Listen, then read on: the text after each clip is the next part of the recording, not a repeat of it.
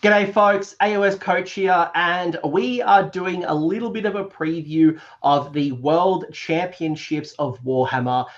There is a massive tournament coming up in a couple of days' time. I guess it depends on when you're watching this. It could be already happening or has already happened.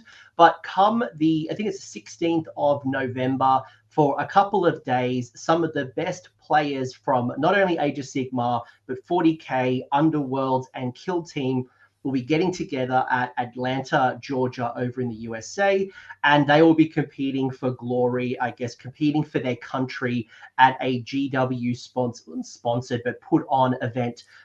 And I'm really excited to not only be going over there as a tournament organizer and a contributor, but also I'm here with one of my co-judges. You might recognize him. It is Tom Megens, or Tom Megens. I'm sure I've butchered his native tongue, but it's my channel, so he can tell me how bad I butchered that in Dutch. But if you don't know who Tom is, you probably do. But if not, Tom is you're a bit of an influencer, man. You are the head judge when it comes to the AoS Worlds tournament, which happens traditionally every year around May, June. You are an active contributor to a wonderful website called AoS FAQs, which really helps. I'm a big fan of. It's a great website that helps clarify a lot of the gray questions and interactions that are happening in our game, both core rules and faction rules. But also, as I already mentioned, Tom's coming over with me, and we are going to be, I guess, making sure the Age of Sigmar tournament at the World Championship runs smoothly and everyone has a great time and everyone competes for glory and does their country with honor. But before we get into the discussion, Tom, introduce yourself. Welcome to the channel. Yeah, thank you. Good morning for me. Good evening, I believe, for you. Very hyped to fly out for me, it's in 3 days. I think. Are you flying out tomorrow? Fly at less than 24 hours. So the thing I'll probably call out here, folks, is Tom and I are definitely on borrowed time. I'm flying out less than 24 hours from now. So I need to go spend time with the wife and the family just to make sure that while I'm away, we got all the brownie points, and the wife doesn't start looking at other steak in the fridge. She knows she's got good steak coming back home. Sure. You have to massage it in a little bit, right? So massage it. I made her like some frozen margaritas. I actually did cook her a steak today, and we made a delicious meal. So just reminding her she's got it good at home, and don't go looking over the fence.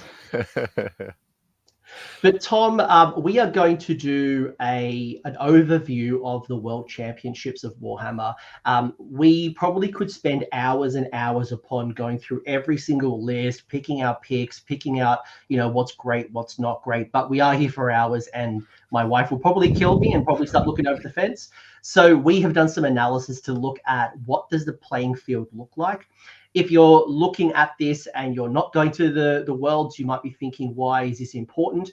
I guess what first things first is that being that, there's going to be a whole heap of wonderful Age of Sigmar players from across the world, you can get a really good idea of how they're building their lists and get maybe some inspiration, or, there's some things you can follow along with, unpack. There's a lot of great things anyway. But Tom, why are you excited? Are you excited? Actually, I hope you are.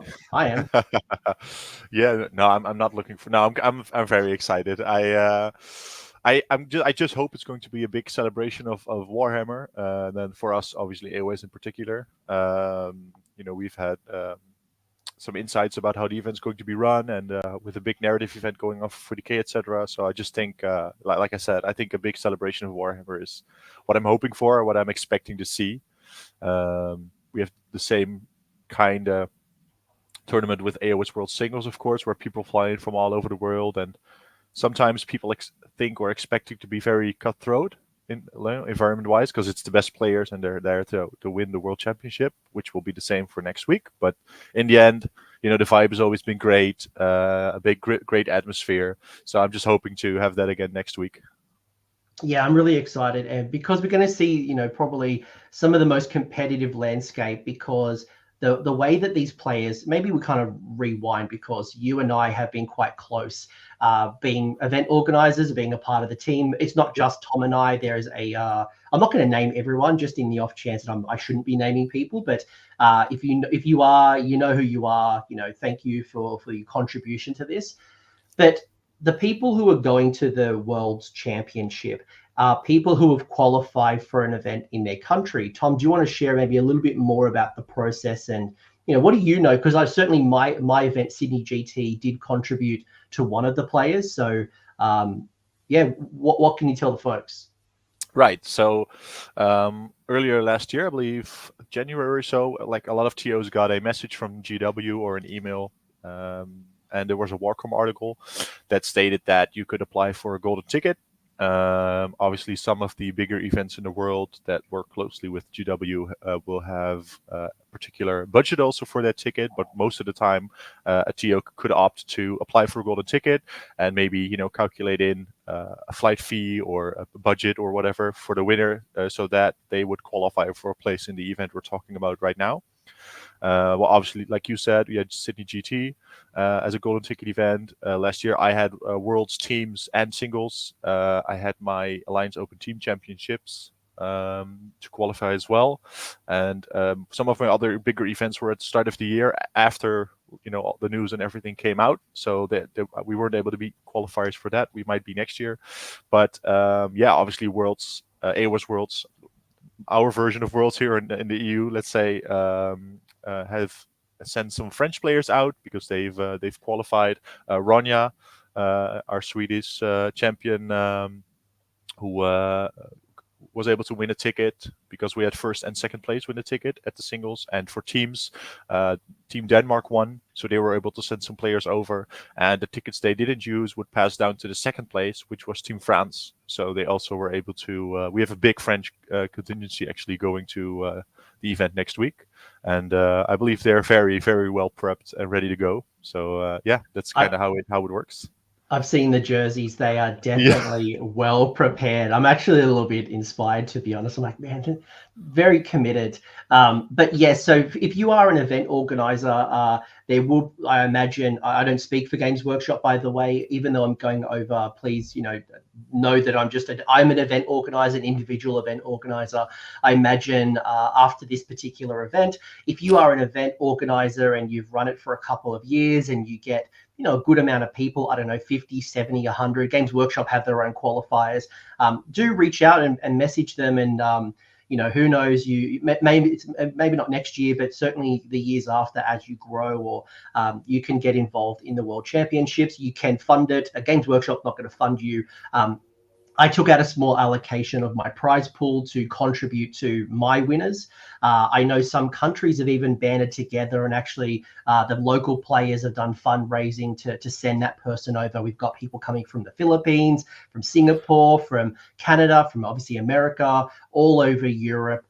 It is truly, it's going to be a wonderful celebration, and it's going to be quite interesting with all of these people who have won big events. Like Sydney GT was 100 players, people who have won, frontline gaming events and, big events. Like, these people are well experienced. So it's going to be a fascinating playing field. There shouldn't be many, if any, easy victories.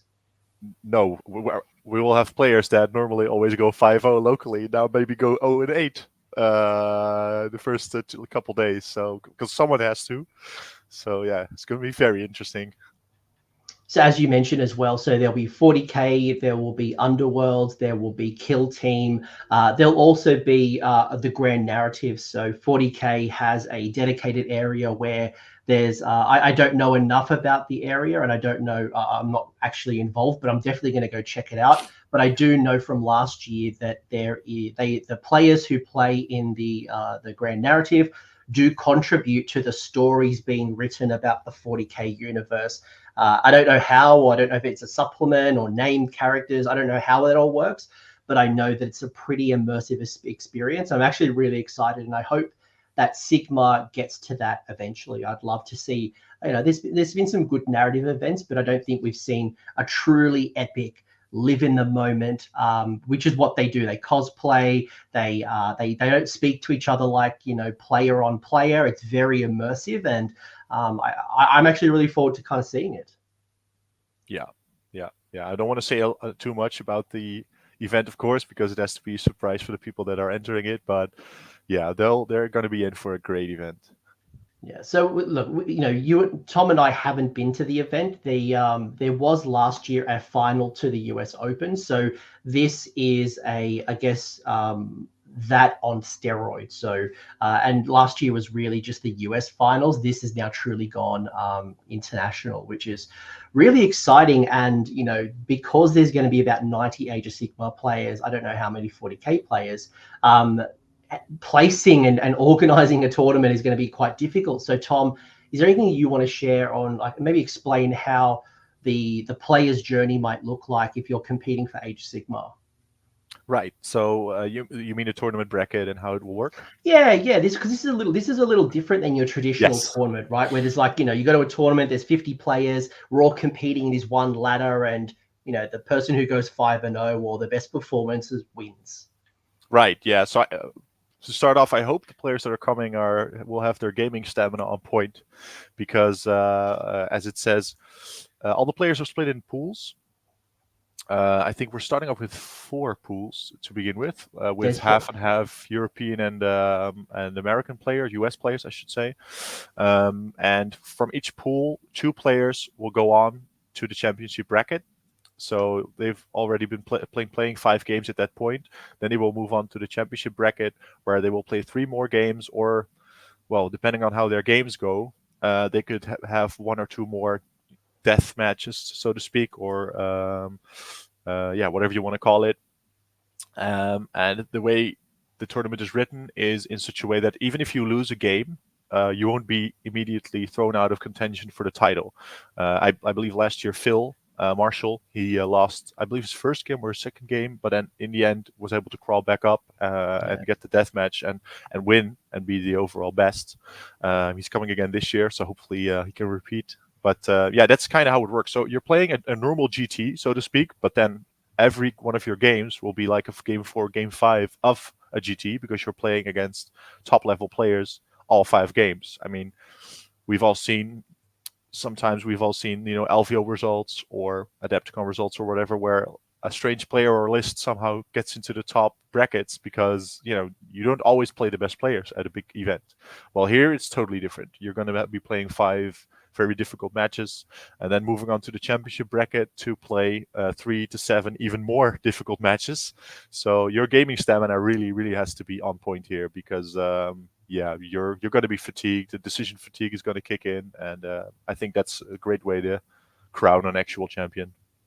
Yeah, so the players are split in Age of Sigmar into pools of 4, and we will show you the pool so you can get an idea of the country representation and who, you know, if any of your friends or people you might know, you can kind of see the pool in action. In 40K, there is definitely more people coming. So I believe they have 8 pods, and maybe the top winner out of each pod goes to the final. For Age of Sigmar specifically, it's 4 groups, and the top 2 are going to go into the finals. And one thing I'll call out that you just reinforce what you mentioned: when a great player goes to a tournament, they're very rarely paired up with really good players, someone who of equal status, until like round 3 or round 4 at minimum, right? Every game is going to be incredibly tough, because these are people who have won their and when I say their local tournament, I'm not talking a 20 or a 30 player tournament. I'm talking probably 70, 80, 100, maybe more. You know, people who have won the LVO, people who have won CanCon, people who are playing in the Worlds, who are, you know, incredibly skilled. So it's going to be rough. And when you look at the draw, you know, I know when the draw got announced, some of the players looked at it and went, "Holy, this is really tough. There's really tough players, and there may be no easy win." No, probably not. No, I think, like I said, your decision fatigue is going to kick in after a couple games, because you're going to have GT finals every round.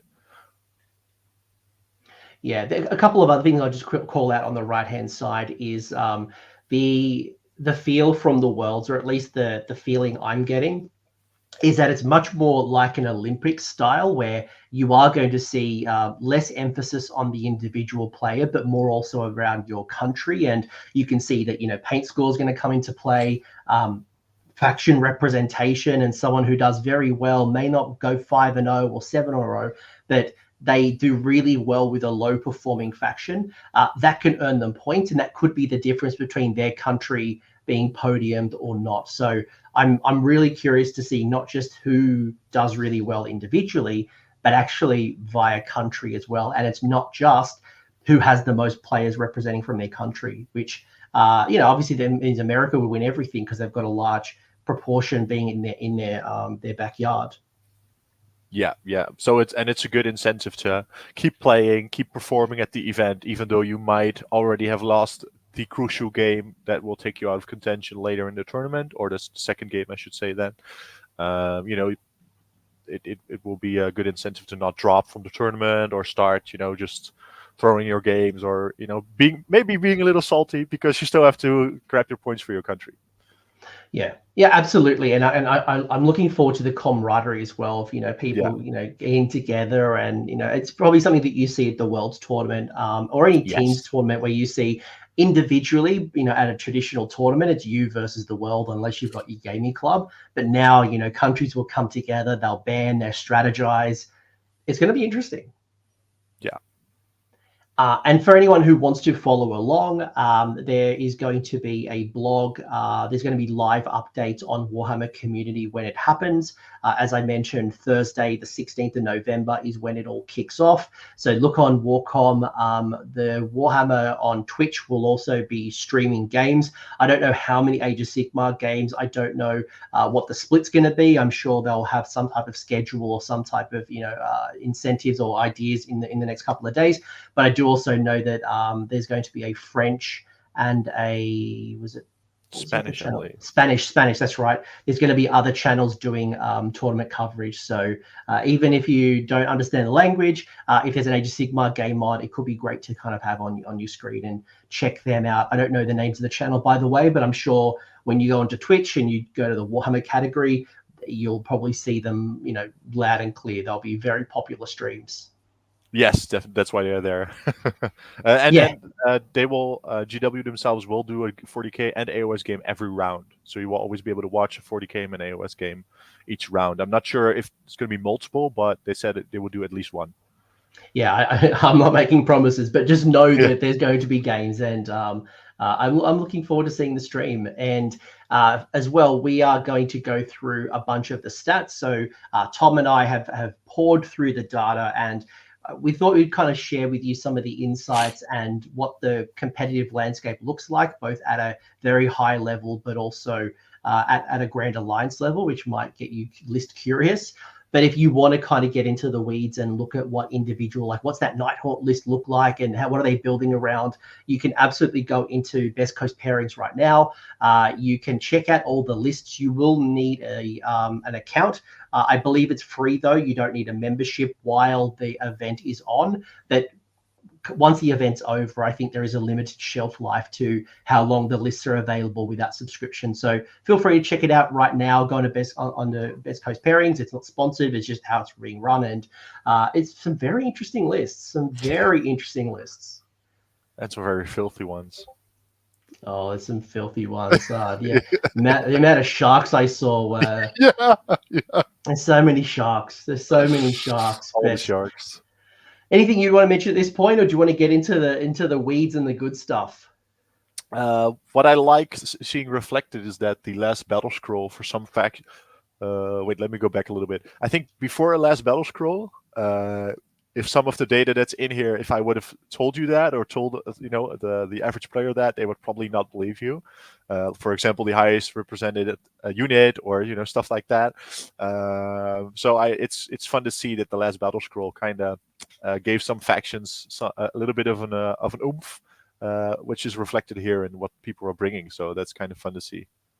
Yeah, and plus the incentive of being top faction and what it brings to the overall score. You will see armies like, for example, Nighthaunt that aren't doing as well in the meta. Obviously, Skaven and Cruel Boys have gotten a few little boosts. Big War has gotten a boost lately. So it's very interesting, and what that brings to the ultimate meta, where people aren't building around how do I handle Gargants. Oh, there's another example, right? What has Dawnbringers Book 1 and Dawnbringers Book 2 brought to the party? Because Cities of Sigmar and the Long Hunt Dawnbringers 3 wasn't FAQ'd by the time of list submission, they are not included. So any Cities of Sigmar, there is none, by the way. They would have to be old cities, but everything new KO, the new Explorer Force, whatever it is, from Book 1, and Broad Stomp from Book 2, there's some pearlers. Yeah, definitely. Anything else? Yeah, I think let's just dive in.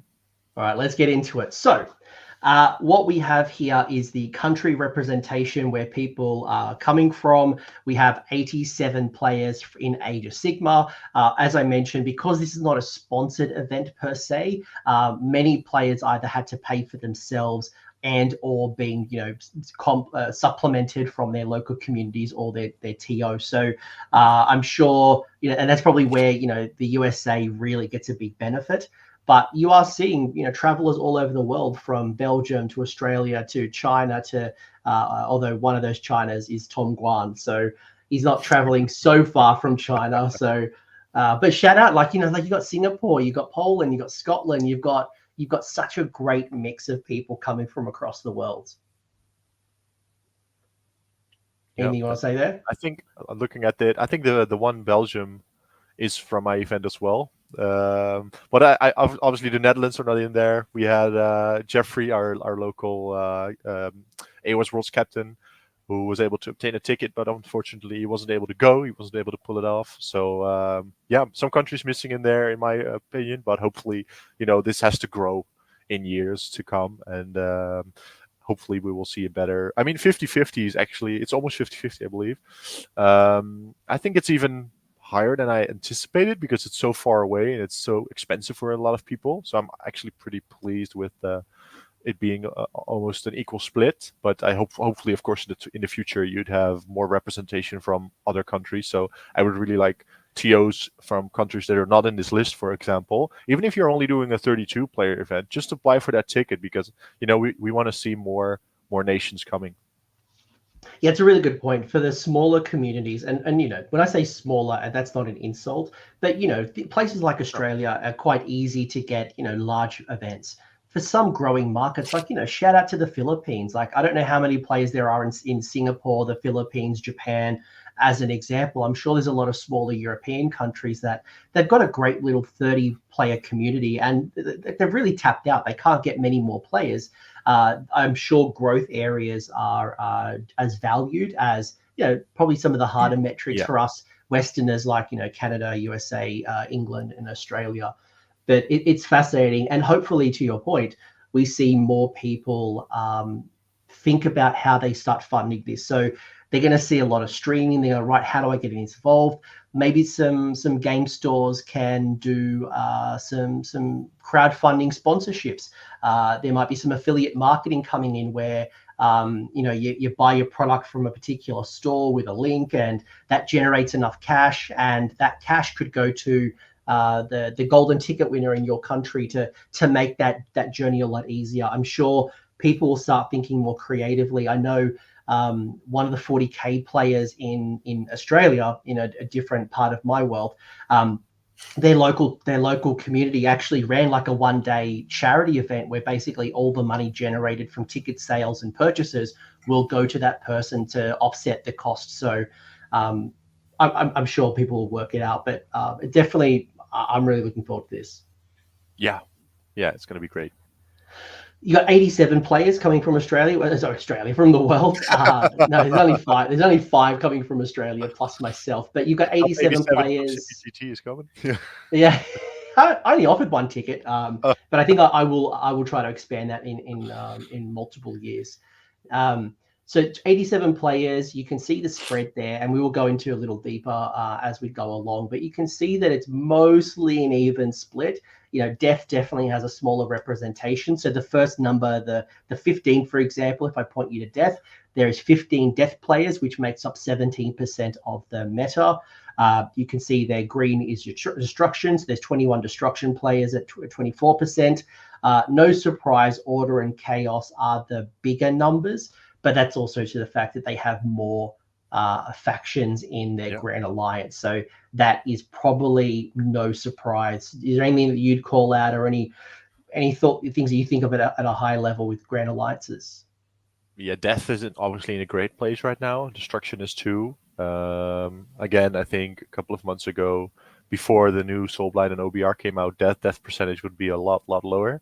So it's just fun to see the meta shift and see battle scrolls, etc., impact the game. So I really love the quarterly updates we have now. And it's a pretty good split because with Order compared to Death, the amount of factions you have, and players might pick factions that are lower representation to get more points for their country with that faction. I think it's a great split here as well. So yeah, and it's funny to see some of the you can see the Seraphon the 5-point player.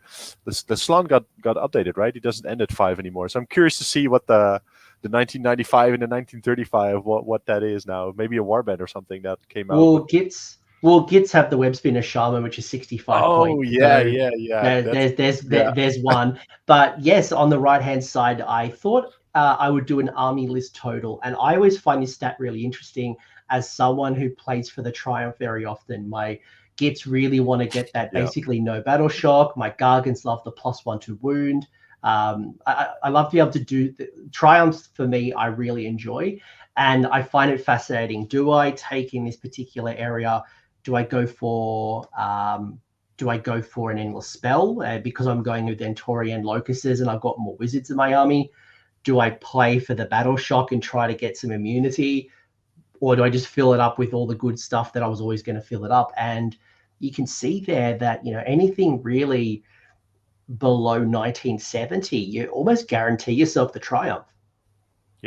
Yeah, that's a good information to have. Definitely, I think the 35 is Meth Mallow. He's very low. I think for Gargants as well, you want to be low because if you can deny someone the Indomitable and you turn off Inspiring Presence, that's a really fun gimmick. So yeah, it's a great data to see, and it is the question. Do I chuck in a Suffocating Gravetide, or am I just gonna go 1960, 1970? Although the Gravetide would be handy, and you'll see later. It goes back to, do I take the Gravetide, or do I take the Gravetide and I go up against Khorne and it just goes straight no? Or do I take it, and obviously it's a great horde clearer, but sacrifice my chance for the Triumph? Very interesting, even just at a very top level kind of analysis. Yeah, definitely. When we kind of break down a little further, and you were alluding to this earlier, so the players are split into 4 pods. You will see that it's about 50-50 split with USA and international. So it's never going to be dominated by one particular country. It was a randomized pairing, by the way. So there was no, try to put in certain factions. I know like IDK players, like you look at Group 4 and Aaron and John alone are 2 of the top performing IDK players. We weren't sitting there going, I want them to fight to see who the best IDK player is. There's a lot of randomness that happened behind the scenes. But it does create some really interesting matchups. Probably some of these are probably harder than others. And it's feel free to screenshot this, folks, and maybe make your guess on who's going to go through to the finals. But the matchup process is going to be fascinating when you look at some of the names here who represent their country, who've won major tournaments, may have been on channels like mine, who have done interviews, or they're high ranking on whether it's Warhammer or ITC. You've got some big names here, and then even people like Tom Maudsley, for example, who absolutely has been around the community for ages and ages, doing really well. There's some pretty big names here. Yeah, definitely. I recognize obviously a lot of them from Worlds. I don't know all the US players. I know some of them, I've been involved with Worlds for 2 years now, so I've at least seen 16 of them. But I don't know all of them, so it's going to be very interesting to see what they bring to the table and how the Europeans and the US players will match up.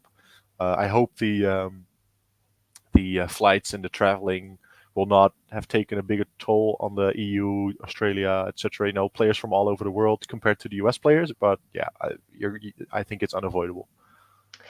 Good question. Like, how people are going to, hopefully there's no issues with flights and things like that, but also there is the jet lag and the endurance of all this. There's going to be, again, no easy games when you look at the draw. Yeah, definitely, I agree. Yeah.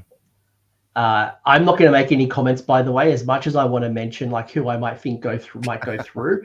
I'm actually just going to enjoy it. I'm going to enjoy it, and I'm really looking forward to being surprised. There's probably one thing I'm really looking forward to, because there are players in here that I don't know very well. And that's not a bad thing. It's just that, for example, I know some of the European countries, for example, they don't use ITC and they use some localized software. And it's hard to know who the top player is in Spain, who is doing incredibly well from, I don't know, Germany or some other country. And I think there's going to be some upsets. There's going to be some player that we haven't really heard much about, and they're going to go in and they're going to surprise. They're going to surprise and take some big scalps, and you're going to go, who is this person and where do they come from? Yeah, definitely. I think for all the players that will lose more games than they'll win next week, they will feel it as if it's an upset, because they are not used to losing more games than winning. So, okay, so you don't want to make a prediction on players. Who would you predict? Sorry, not who. What faction would, if you had to make a prediction, what faction do you think might win the World Championship? What army? Not. You don't have to name a specific list, but just like if one faction wins. I'm gonna say Gits. I'm gonna pick Gits. One, they're near and dear to my heart. There's a couple of players who are really highly skilled players. Like, for example, I can see Ricky Fisher in, I think it's Group 1. I think it was.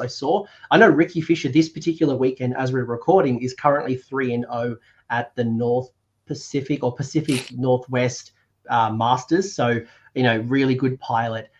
Phil Marshall, again, really good pilot with Gits. I think I saw on Twitter recently, he literally hadn't dropped a battle tactic in like ages. Like, he's just 28ing every single game. But then you've got people, I think it's like Tom Maudsley, for example, who I think it's Skaven. I think I've seen a couple of Skaven lists, which really surprised me, because you wouldn't normally pick Skaven, but they got a new battle tactic. There's been some changes, and I'm noticing some top players with Skaven. And like, what do you know, and what have you done, and are you going to catch people off? Because people are anticipating, how do I beat Khorne? How do I beat OBR? How do I beat zombie spam? How do I beat new KO with all the gun haulers? How do I handle Gargans with the 5-up ward? People are thinking about these armies. No one's thinking about Skaven. No one's thinking about, Beasts of Chaos. Like, there's going to be some techie armies that are going to catch people off guard, and I'm all for it. What about yourself? Where do you think? And by the way, folks, if you are at this point, leave it in the comment section. What faction do you think is going to win it? I might actually run some polls over the weekend. I'd be curious. Again, what is other people thinking? But Tom, what do you think? I think looking at some of the players that are bringing it, I think Soulblight's going to do very well. It's a very diverse army, and if I'm looking at someone playing 7 to at least 7 or 8 games, at least 8 games, I think Soulblight is an army that can play 8 games, get all their tactics, gets this as well, of course. I'm very curious to see, but I think Soulblight is going to do very well still, and I'm hoping to see Skaven up there, or the Night Hunt players up there. I've actually played against the Skaven list yesterday evening just to see what was up, and it's a weird one, like what it's trying to do. I can't imagine prepping against Soulblight and OBR like you just said, and then rocking up round 1, and you're like, so you're bringing what now? Yeah, it's going to catch people off guard. I'm going to add one more to my list. I'm going to be greedy because it's my channel. Big War. Oh, sure, I think the techie armies, if you can get through the brain drain, I think they are in a good position because they've got the tools. Like, Iron Jaws, as much as I love them, can be one-dimensional, and you either execute your plan perfectly, or you might have a real tough time. But also, they're not that complicated. So like you've got the endurance to go 8 to 12 games. Yeah, good. So the destruction again. Okay, I see what you're doing.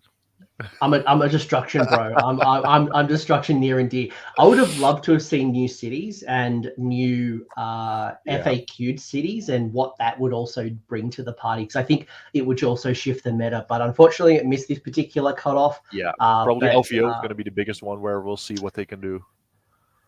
Yeah, the first big event. It would have thrown, and there'll be new Flesh Eater Courts by then, hopefully. Who knows? Yeah.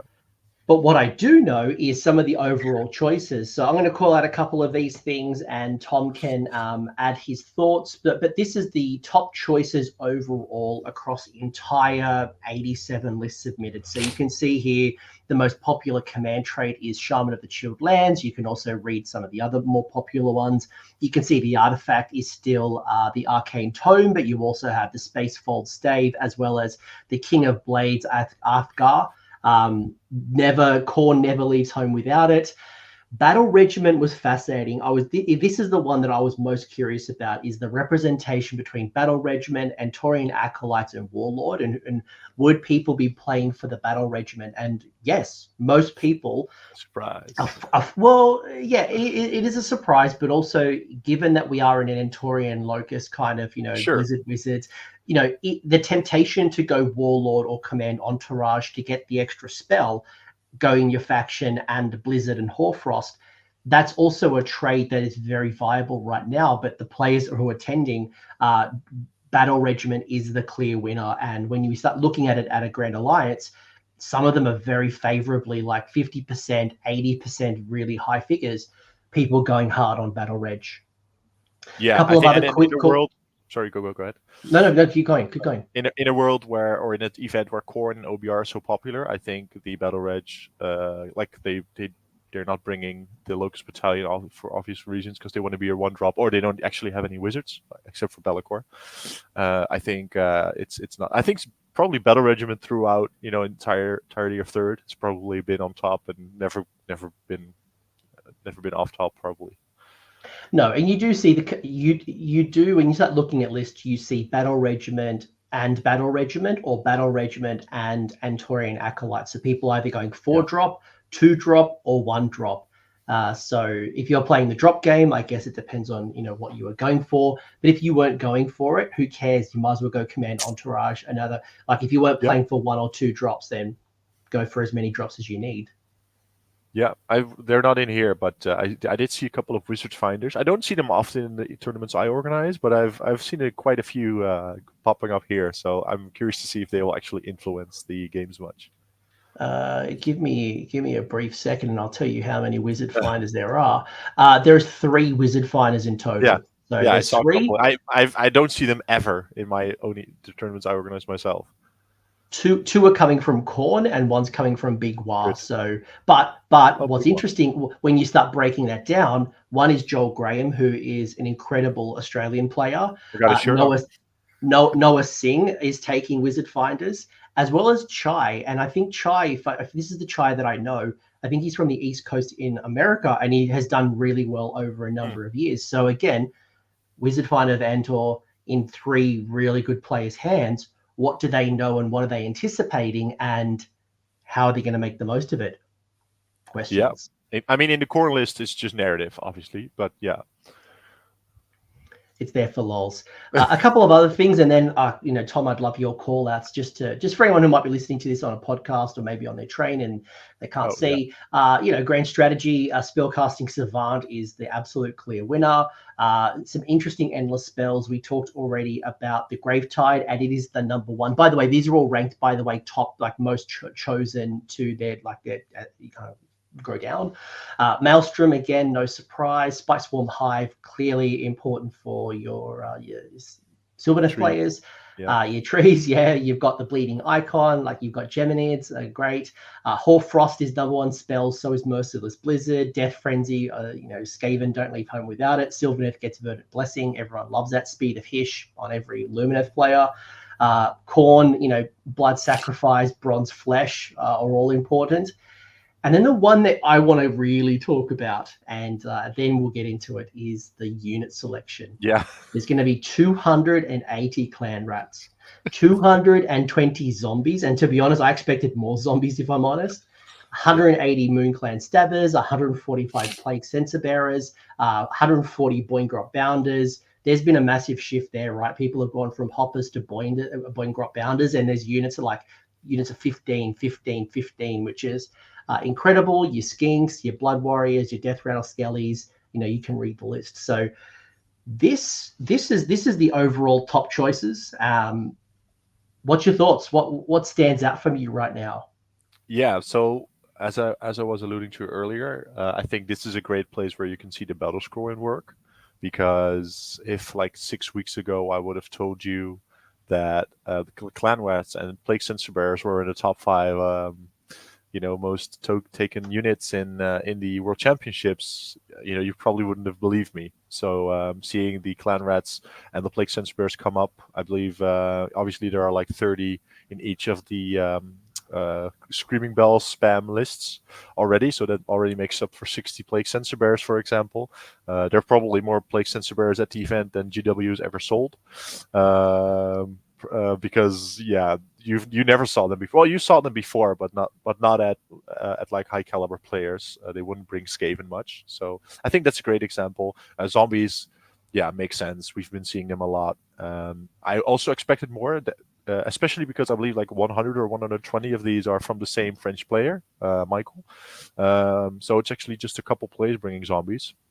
That also probably is the last battle scroll in play, because they got a little bit of a point hike, and also their support heroes got a point hike. So people switched to Legion of Night a lot, which you can see reflected here. And then Stabbers, well, makes sense because you're taken by 20s and 40s. I maybe did not expect this many, because you see a lot of lists take maybe 20 or sometimes 40, but I don't see them super a lot. But you don't see a lot of trolls here, troll lists. So everyone's taking squigs. So I guess it makes sense that they're using the Stabbers, to make sure you can screen a little bit. But see, so speaking of squigs, like I would have, if I was a betting man, I would have assumed people would take Squig Herd over Boingrot Bounders. Like I would have put them in my top 10 over the Boingrots. But what's something that's not on the screen here, which is some of the other underlying data, Achillean Alapexes in the Bloodthirsty Shiver. There's 27 of them. And they're coming in solos. They're coming in ones. Like people are taking like 6 to 8 of those Sharkies. A couple of other things, like you look Morghast? Some people building around Morghasts, which is incredible. One that I really wanted to call out was the Brute Rages, the brand new Auric fanatics, essentially. There's going to be 24 of them, and they come in threes. So you can reinforce them. You can't make them battle line into 9s. There's 24 of them, and I don't know if it's because people are testing them or they've already cracked the code. And look, they're great. They're great points, but are people going to are they trying to bring something different? Have they cracked the code? And if people haven't played against them, how do you handle them in like an Iron Jaws list? Yeah, exactly. Yeah, so it's interesting to see the OBR shift to Morghast keeps coming up. They're going for 3, sometimes 6 Immortus, but you see blocks of 4 Morghast now going into lists a lot more often. I believe Tom Guan is bringing 8 Morghast even. So very interesting to see, and a big shift compared to a couple of weeks ago. Even things like Annihilators, for example, and there's not a lot of Stormcast representation, but there's 15 Annihilators. I think that's just, I can't remember if they're Shield Annihilators or if they're, sorry. There's 15 Shield Annihilators and then another 6 with Grand Hammers. So that there's another War Scroll adjustment that's happened with points decreases. And even though, again, there's such a small representation of Stormcast, this unit has just clearly won. So super fascinating. Anything else, Tom? Again, we could be here forever. We could dissect this so long, and we'd be here forever, and then my wife would kill me, and then I wouldn't make it to the World Finals. But anything else you'd notice here? No, I think this really represents how much Big Wall there's going to be, how much Gits there's going to be. The 84 Gorgrand. Gorgrand is being in the top 10. above some of the chaff units some other armies have, is a very big representation or reflection of how many big WoW we're going to be seeing on the tables. Yeah, and by the way, there's 22 Morghast Archive Yeah, coming. exactly. So there's another example, right? Like this, there's some really crazy numbers, and we'll it'll make more sense as you go along. And if again, for people who are not going to the World Championships, look at this data and go, what does this mean? Do I need to understand blood sacrifice and bronze flesh a little more? Because I might not know it today, but I might need to anticipate it in the future. So use this as a early indicator of what might happen in your meta. Now, let's get into some of the faction stuff, and let's look at things at a Grand Alliance level. This is where meat starts getting on the bone. So first things first, we have a death representation, and you can see here there are 15 Soulblight players, and not only have I got a breakdown of the factions, so you can see there's 1 Flesh Eater Court, 1 Nighthaunt, 8 Ossiarch Bone Reaper, and 5 Soulblight Gravelords, but I've then broken it down into sub-factions. So you can see Hollow Morn is the only Flesh Eater Court, Quicksilver Dead is the only Nighthaunt. The shift from OBR really has moved from like your crematorians, which was popular in the last season, has now really shifted to Null Myriad. And you were alluding to this a little bit earlier around Soulblight Gravelords used to be really popular with Legion of Blood. Now you're starting to see a bit more of a 50-50 split where it's Legion of Blood, Legion of Night, and then your V-Cross is still got representation. What are you thinking here at this point, Tom? I'm curious to see how the Flesh Eater Courts and Nighthaunt players are going to do. The Nighthaunt players bringing double coach, so fitting for this channel. But yeah, it's people always said there's only 1 coach, but apparently there are 2 in his list. So I'm very curious to see how he's going to do. He's been playing Gargants, I believe, Matthew, the past few months, the King Broad, I think, and now he switched to Nighthaunt specifically for this event and specifically this list. So either he knows something we don't, or he's just going to try and go for the off-meta pick and see if he can surprise people. And then Hollow Morn, of course, I believe it's the Crypt Horror spam, but 2 big blocks of Crypt Horrors, and then being able to the recursion in Flesh Eater Courts is still nothing to, you can't ignore that. It's so good. You can roll like 10 dice if you have multiple of your heroes and the heroic action, and just get all of them back if someone doesn't wipe the unit. So it's tough to chew through. But yeah, very. There's 15. There's 15 Crypt Horror. So 18 Crypt Horror. Sorry, yeah, 18. Crypt Horrors. There's 18 in this list. Yeah. So that's beefy, because that's 36 wounds per block you have to go through, and if you don't, you either kill them all or you kill nothing, because they're all going to come back, which is amazing. So yeah, but like I said, I hope the double coach is going to do well, because I love the model. It's great on the table, and yeah, Matt is a standout guy. So hoping to see him do well, and yeah, I think it doesn't surprise anyone that OBR is the most represented here. The latest meta watch stats also still show them as the highest performing faction right now. So it makes sense that at a World Championship they're going to be there.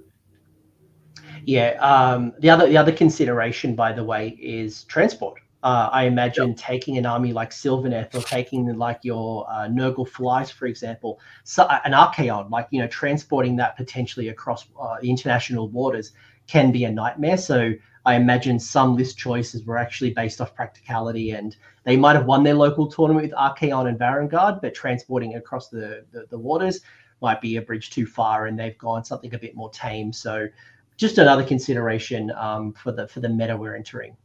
Yeah, I wouldn't want my Teclis or Luminous Terrain piece on my carry-on luggage going through customs, because I've heard the horror stories when you go through customs with something with Warhammer models, people opening cases upside down, and yeah, you're triggering me. Let's not talk. Let's not go down that route. Okay. I've got a story where I got detained because of my Warhammer and someone doing that. Yeah, we won't go into that. But one of the what I will say is we did talk earlier about the zombies and how many zombies there were going to be. One of the other tournament organizers, by the way, Tomo, had done an artistic impression of what it might look like if the zombies and the clan rats met together on the table, and this is basically how that battle might look. And that's Tomo right there in the green shirt. Yeah, that's But I would love to watch that game, but also I'll be telling them very quickly to hurry up their games. Yeah, Because that's a lot of interesting work. fact. Actually, their clocks won't be enforced. So I hope the players that are bringing all those rats and zombies have put in their practice, because they're gonna have to move fast. Yeah. This particular event has no chess clocks, primarily because the general feeling is that the game should come to a natural conclusion. It doesn't mean that people are going to be taking 10 hours. But we also need to trust that the players who are, I hope not, but these people again have won their large tournaments, so they should be able to pilot this list. And they've probably been practicing on chess clocks anyway. So we'll see what the impacts look like and if that's a recommendation for the future. But I think right now it's just a consideration. Death trends, by the way, so you can see Dark Acolyte being the top command trait, the Artisan Key being the top artifact, and obviously you can see Gothazar, Cartouche, and Morbeg's Claw, probably no surprise, as well as the Cloak of Mist and Shadows. Battle Regiment, 71% representation in Death, which is incredible out of the total choices. You can see Spellcasting Savant being the biggest grand strategy, but also Empire of Corpses, which is a popular Soulblight one. Hoarfrost, Blizzard, and Empower Nadirite Weapons being popular ones. Flaming Weapon, I thought, was a fascinating choice. I imagine maybe on Zombie Dragons, that Vampire Lords on Zombie Dragons, perhaps. Yeah, possibly. I'm not sure. I'm not sure what the Nighthaunt player brought in terms of spells, top of my head, but that is a surprising one. You mostly see that in Skaven and stuff like that, but not necessarily.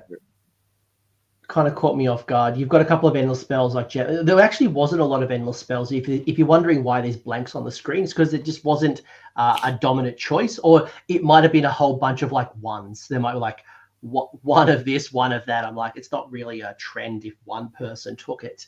But Ancient Void Pendulum, the Terminexus, and Geminids being the popular endless spells. The Triumph being inspired for 61%. And then you can see the points kind of fluctuate around the 1970 and beyond. No one actually going much lower than that. Yeah. I mean, it makes sense that Indomitable is the least took Triumph because of the high bravery in Death.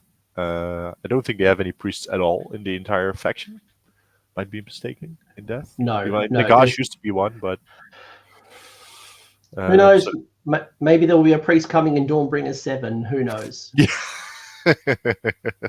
Yeah, that'd be cool. So I think all of these, there are no surprises here. I mean, the Geminids could have been almost any general endless spell, and it wouldn't be weird. I mean, the Mortalis Terminexus is in there because one guy took it, the Nighthaunt player. So that being in the top 3, obviously, you can see there's only a couple endless spells here, and the points. Yeah, Death factions they used to have a lot of chaff. But actually, all the Death factions, their units are pretty expensive now. Like OBR, I think maybe Mortec are the cheapest, like 140 points or something. And then, so it's hard to fill up your list very efficiently. Well, to your point, actually, I'm just looking at the endless spell choices. There was only 4 endless spells total. So I was being generous by putting all 3 of them on. But yeah, Terminexus and Pendulum was only taken once. So out of the 15 death lists, only 4 endless spells. And I guess what I really enjoy is why. What's causing that? Is it that the points increases? Is it the fact they don't value endless spells for certain reason? They're not building into magic, or it's just critical spells? Is it the fact of why, and what's kind of driving this behavior? Would Gravetide be a part of this as well? Like this again, I imagine people want to get endless spells in, but right now points are tight. Yeah, for Death, like all the units are so efficient, so I think they just want to max out on efficiency there, and then I think a lot of the reasons people take Gravetide is against Death, for example, against zombies or against the skeletons, etc. So it not being in here kind of makes sense, I guess. I mean, Geminids being in there does make sense if there's going to be in general one, because it's so really good. Geminids is such a good spell. But in saying that, you are seeing more hordes hitting the table. We saw the clan rats, we saw the git stabbers. There's more and more bodies that are coming on the table. So the you're right. It's a great thing for zombies, but also what about the mirror match? Like, what do you do in the mirror? Yep. And is it just zombies on zombies? So again, this is why like picking a winner is going to be so tough, because like it's just the matchups and who's going to match up where and what does it look like. And oh, by the way, we don't know the battle plans, and given that there's going to be 8 to 12 games, I'm sure there's going to be multiple battle plans run. You might do double ups and things like that as well. So it's hard to list tailor, but you got to think about how you score max points, and you got to be flexible, because again, you might be playing the whole battle, you might be playing the whole GHB for all you know. Yeah. You might be playing the Towers of Tundra and the ice fields for all we know. So one thing's for sure: if you win this event, you've earned the title. After all those rounds, all the missions, all the cutthroat players coming, or cutthroat, I shouldn't say that, but super competitive players coming, you've deserved the title of the world champion. You've done the distance, but who else has done the distance is like the top leader choice. So Catacross coming in basically in every OBR list. I can't remember how many OBR lists there were, but I'll actually let me have a quick look. There was how many OBR lists? There were 8 OBR lists. So that means there's 2 mad lads and lasses, mad lad or mad lasses who have not taken Catacross. Have they gone with Arcane the Black? Or the fact that we've got 4 Arcane the Blacks might mean we're going to have the Catacross and Arcane lists. So, again, like there's so much interesting stuff here when you start looking at some of the trends. Necromancer, super popular. I don't leave death without a Necromancer. Same with the Vampire Lord. The Liege Cavalos, great for your murder ponies in OBR. Your Bone Shaper has been very popular, same as the Ossifector. The White King is a really interesting choice, in some of these lists, something that, and if you do see the White King, often it's the one on Steed. So some really interesting leader choices. Tom, anything you'd add here? No, I'm great to see the Archregent in there, with Fek coming. Only 2 Manfred. Could have been more, perhaps, because I've been seeing Legion of Night do very well. So, I could have expected. I wouldn't expect it to be less Manfreds than, or the same amount of Manfreds as White Kings, for example. Well, in saying that, there is 2 Legion of Blood and 2 Legion of Night. So is there a correlation that every Legion of Night and Legion of Blood have taken their Mortarch in their lists? So I don't imagine there's any list with double Mortarch, but there's an assumption there that everyone has taken their Mortarch, and I guess it then leads into why and then what they're building around. And again, this is the list exploration that really fascinates me. Yeah, and then Manfred, the Legion of Night, obviously is a big battle tactic machine. So teleporting him around, doing spells, etc., to be outside of unbinding range, and so it's gonna be, that's like Death has become a very techy army, especially Soulblight and obviously OBR as well. So and the also factor has risen with the popular Morghast. The popularity of Morghast going up means the also factor gets taken more too. So pretty cool. Maybe one call out I'll say with the leaders before I go to units is when General Handbook 2023 came out and we had teleporting Blizzard Wizards, you started to see Soulblight with Legion of Blood move out and move into Legion of Night, because the Ethereal Vampire Lord on Zombie Dragon and Neferata was an investment that was too great. And you saw a hard shift. Now that we don't have the teleporting Blizzard Wizards, are we now seeing it shift back to Blood? Because Blood is a great ability.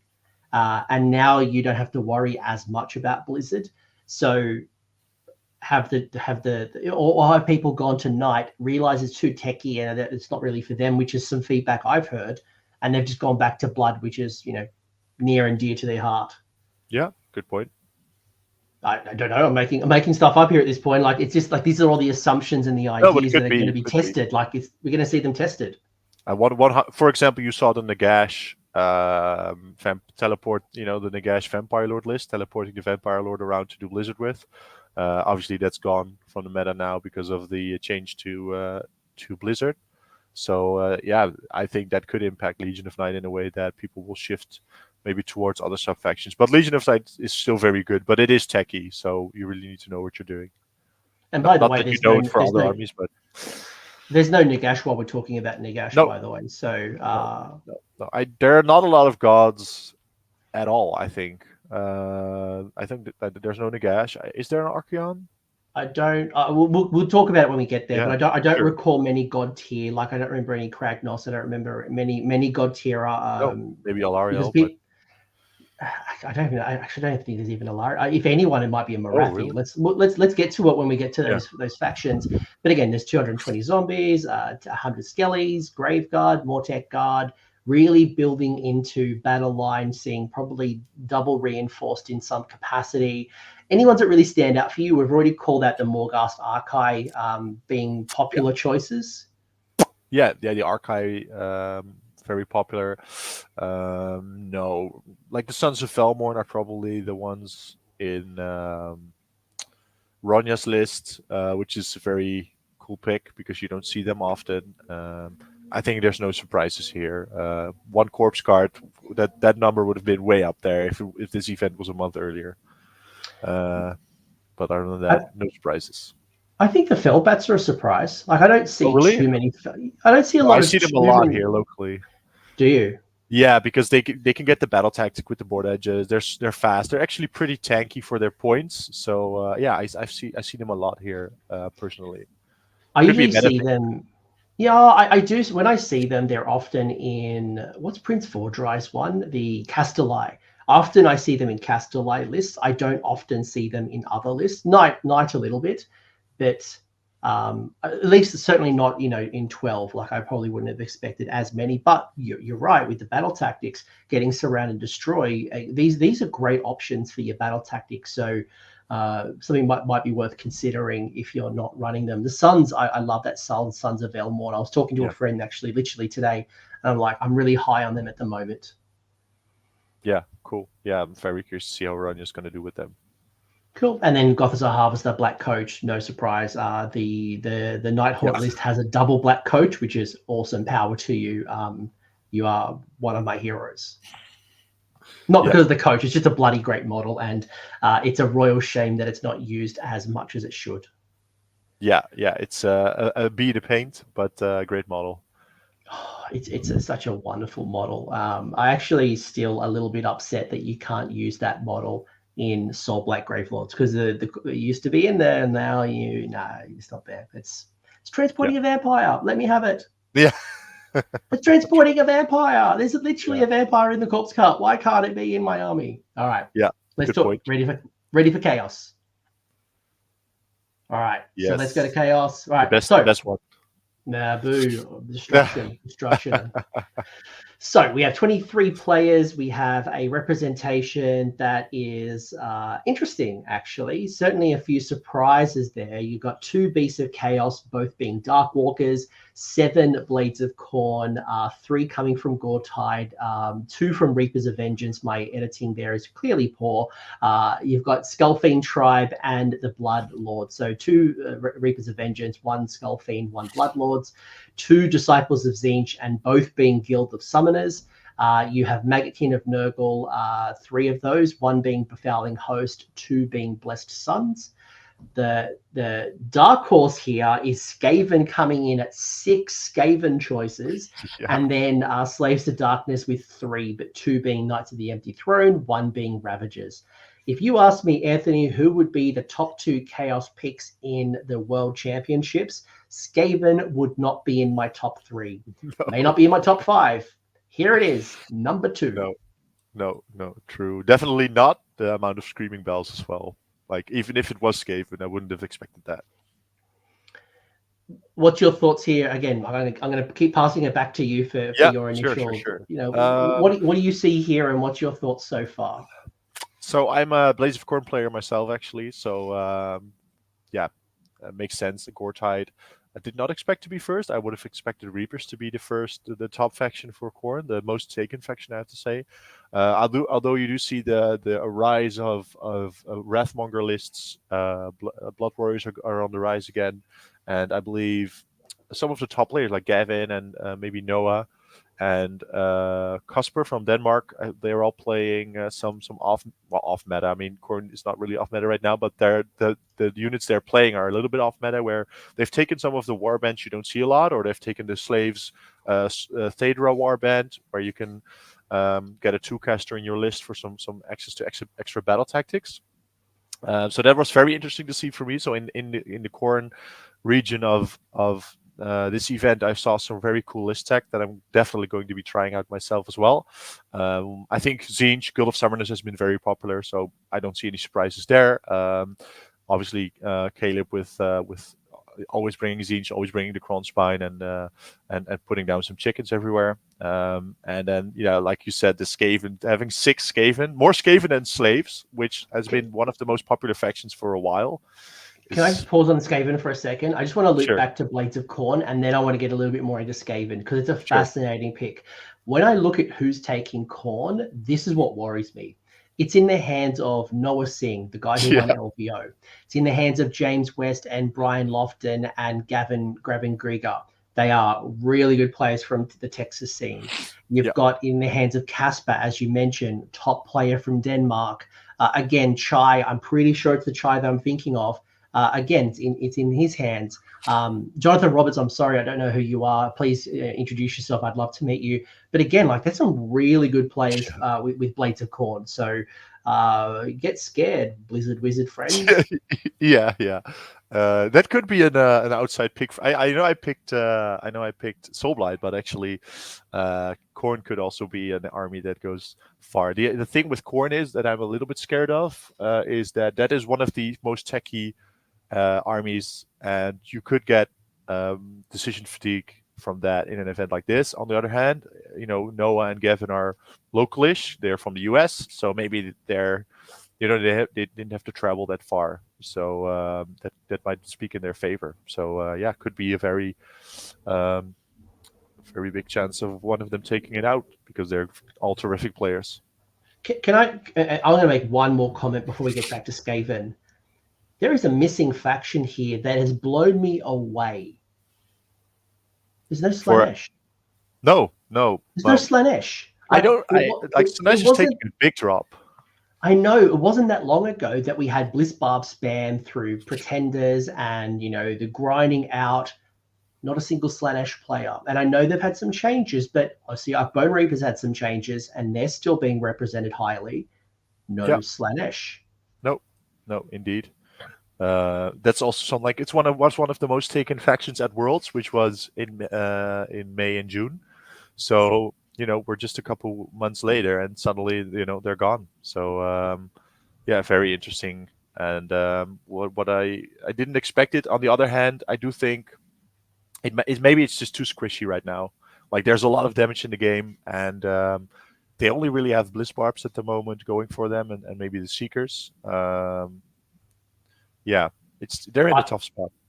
I would have still expected one Pretenders list. I would have, if I was a betting man, I would have expected at least one Pretenders list to sneak in, but there's none. Maybe they couldn't make it, but now let's talk Skaven. Now let's talk Skaven. What on earth is going on here? 6 Skaven lists. Yeah. And then if you look at the list from Tom and Richie, you're going to be even more surprised because they're both bringing a 3 bells apiece, Screaming Bells, and a Plague Furnace. I believe they have the exact same list.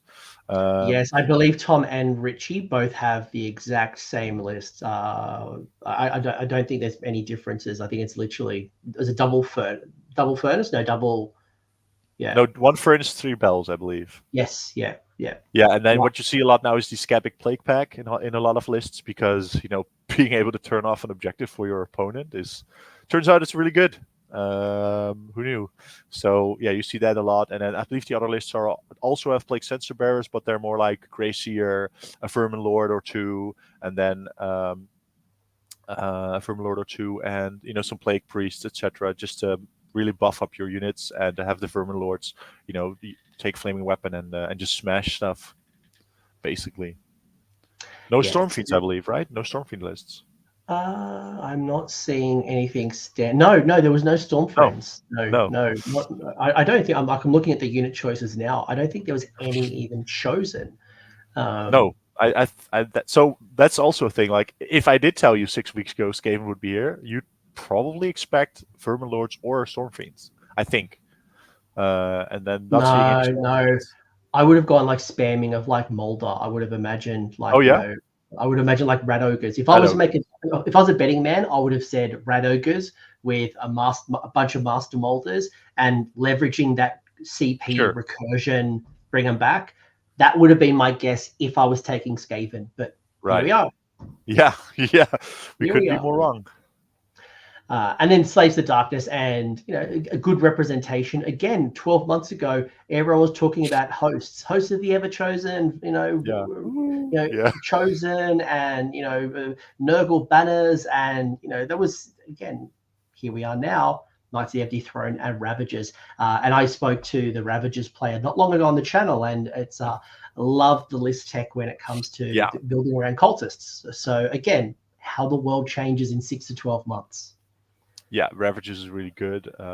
It's underplayed because I think it's underplayed because their warbands in a lot of regions in the world are very hard to get. It's very hard to get Splintered Fang. It's very hard to get Corvus Cabal. So I think that's one of the reasons you don't see that army more often in general. And also, I mean, they're fantastic models, but just like, for example, Blizzbarb Archers, they're so detailed. It takes a while to get them on the table. Yeah, you're right. Like, it has been hard to get cultists lately. So really tough. So like we did with Death, here's some couple of top choices. So you can see command traits, being Firebrand, Devious Adversary. Obviously, if you're watching this, you can see, there's many more selections, but this isn't story time with Coach. I'm not reading out every single choice. Arthgar, the King of Blades, being the #1 selection. I think of the 8 Khorne list, there was 6 choices. So very popular. The Warpstone Charm, against some great little abilities. But Skaven Brew, I would have expected a little higher given the amount of Skaven we've got. Battle Regiment, and this was actually quite interesting because of the Grand Alliances, this had the closest representation of Battle Regiment and Warlord. So everyone else, it was like Battle Regiment was clearly #1, then Antorian Acolytes. In Chaos, it was Battle Reg and or Warlord. So super fascinating there. You have your Arch Corruptors of the Mortal Realm, Spellcasting Savant, and Slaughter of Sorcery being the picks for grand strategy. But Blizzard, Death Frenzy, Hoarfrost, Levitate. Interesting seeing Levitate kind of stepping up a little bit.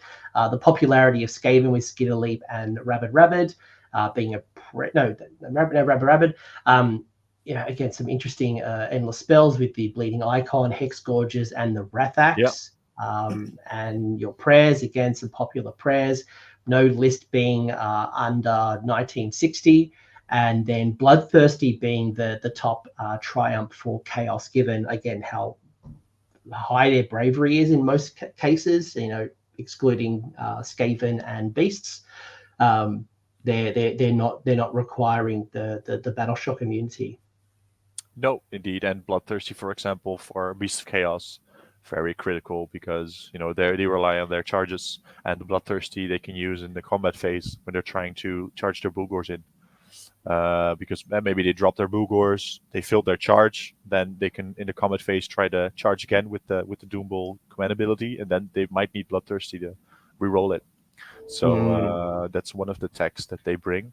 What I find interesting, probably the reason the Warlord is so high is because Khorne and Skaven lists and some of the other lists, they have so many big models, and also some of the Befouling hosts have so many big dudes, like they bring a Guo and a Glotkin, or they're bringing multiple Bloodthirsters, or they're bringing multiple Screaming Bells, that taking the Battle Regiment doesn't really make a lot of sense, or taking double, because you're going to be 4 or 5 drops anyway because of all the big dudes. So the Warlord in Khorne is very popular, or the Command and the Rush, so you're able to double up on your prayer selections. I think the same goes for the Skaven lists that we just discussed. They have a lot of priests, a lot of wizards as well. So they want access to both Blizzard and Death Frenzy, Hoarfrost and Skitter Leap, etc. So I think that makes sense here. And I would not expect to see the Soul Scream Bridge in here, unless there are so few endless spells that it just got in the top 5. I didn't see that, but I would have expected that for Seraphon, for example. It makes sense, but in Death, two Skaven lists. Okay. Who was it? And it was Tom and Richie. So Tom and Richie both took the Soul both Scream have the Bridge. Okay. Yeah, because they almost literally the exact same list. So it's again, what are they going to do? And Yeah. what are they going to teleport? And like again, all these great questions start kind of appearing, and are other players expecting it? And obviously they're great players and they can adapt, but Yeah. there's going to be some strategies that people have not seen because it's not known, it's been tested underground, or just not common in their local communities. No, I do guarantee you that the players that are coming here, a portion of them will already have played against the Skaven list at the time they came here, between list submission and now, because when you see a list like this, you're going to ask your local Skaven player, hey, here's a list. I want you to play this against me right now, because what the hell is going on over here? Especially when it's being piloted by a really good player. Like when you Yeah. see a Tom Morsley, for example, picks that Skaven list, you're like, right, I need to understand this really quickly. Yes. Let's get onto Tabletop Simulator. Let's go test this out. Just to loop back for a second, so you're talking about the split with Battle Regiment and Warlord. The Battle Regiment, Khorne, and Maggot of Nurgle were definitely dominating in Battle Reg. Yeah. And then with Warlord, it was Khorne and Skaven dominating in those exactly. selections. Yeah, it makes sense. So yeah, very curious to see how this will go. The Acolytes will siege then probably, I guess. The Acolytes, Skaven took 4 of them. Oh yeah, of course they have a lot of the And- Gracier lists. Yeah. One Slaves to Darkness, so that must be the Cabalists. Was there a Cabalist? No, it was Ravagers. No, there was no Cabalist. It was 2 Knights of the Empty Throne and 1 Ravagers. I was thinking the Ravagers was Cabalist. No, it's Ravagers and but interesting. Yeah, very interesting. And then we start getting into the other choices. So who were the top leader choices? You have Slaughter Priest, probably no supplies. Plague Priest was fascinating, seeing 8 Plague Priests, 8 Grey Seers, which is interesting. Blood Secretor, probably no surprise. The Realm Skirt Ritualist, I really enjoyed the popularity, and I think it's because it's slightly cheaper than the other priests. It kind of sees it, being added. The Grey Seer on Screaming Bell, who saw that coming? Yeah, above Be'lakor and the Bloodthirsters. That's very interesting. They're going to be pushed up the table. I know for people that are watching and they're like, "What the hell's going on?" I've seen the list played a couple times, and I've also seen some pictures of deployment and stuff from the army because I've been very interested in how it works. But surprisingly, it uses the 3 Screaming Bells as a front screen, making it they're -1 to hit because of the Skaven battle trait. And then they also have a 5-up ward. So, yeah, I think they're for a base save, something like that. So they're surprisingly tanky. And what they're going to do is they're going to make you fight them so that when they try to crack the bell, they can summon a Vermin Lord. So that's kind of the idea behind that. And the Plague Furnace will be more in the back to have the bubble for the immune to battle shock.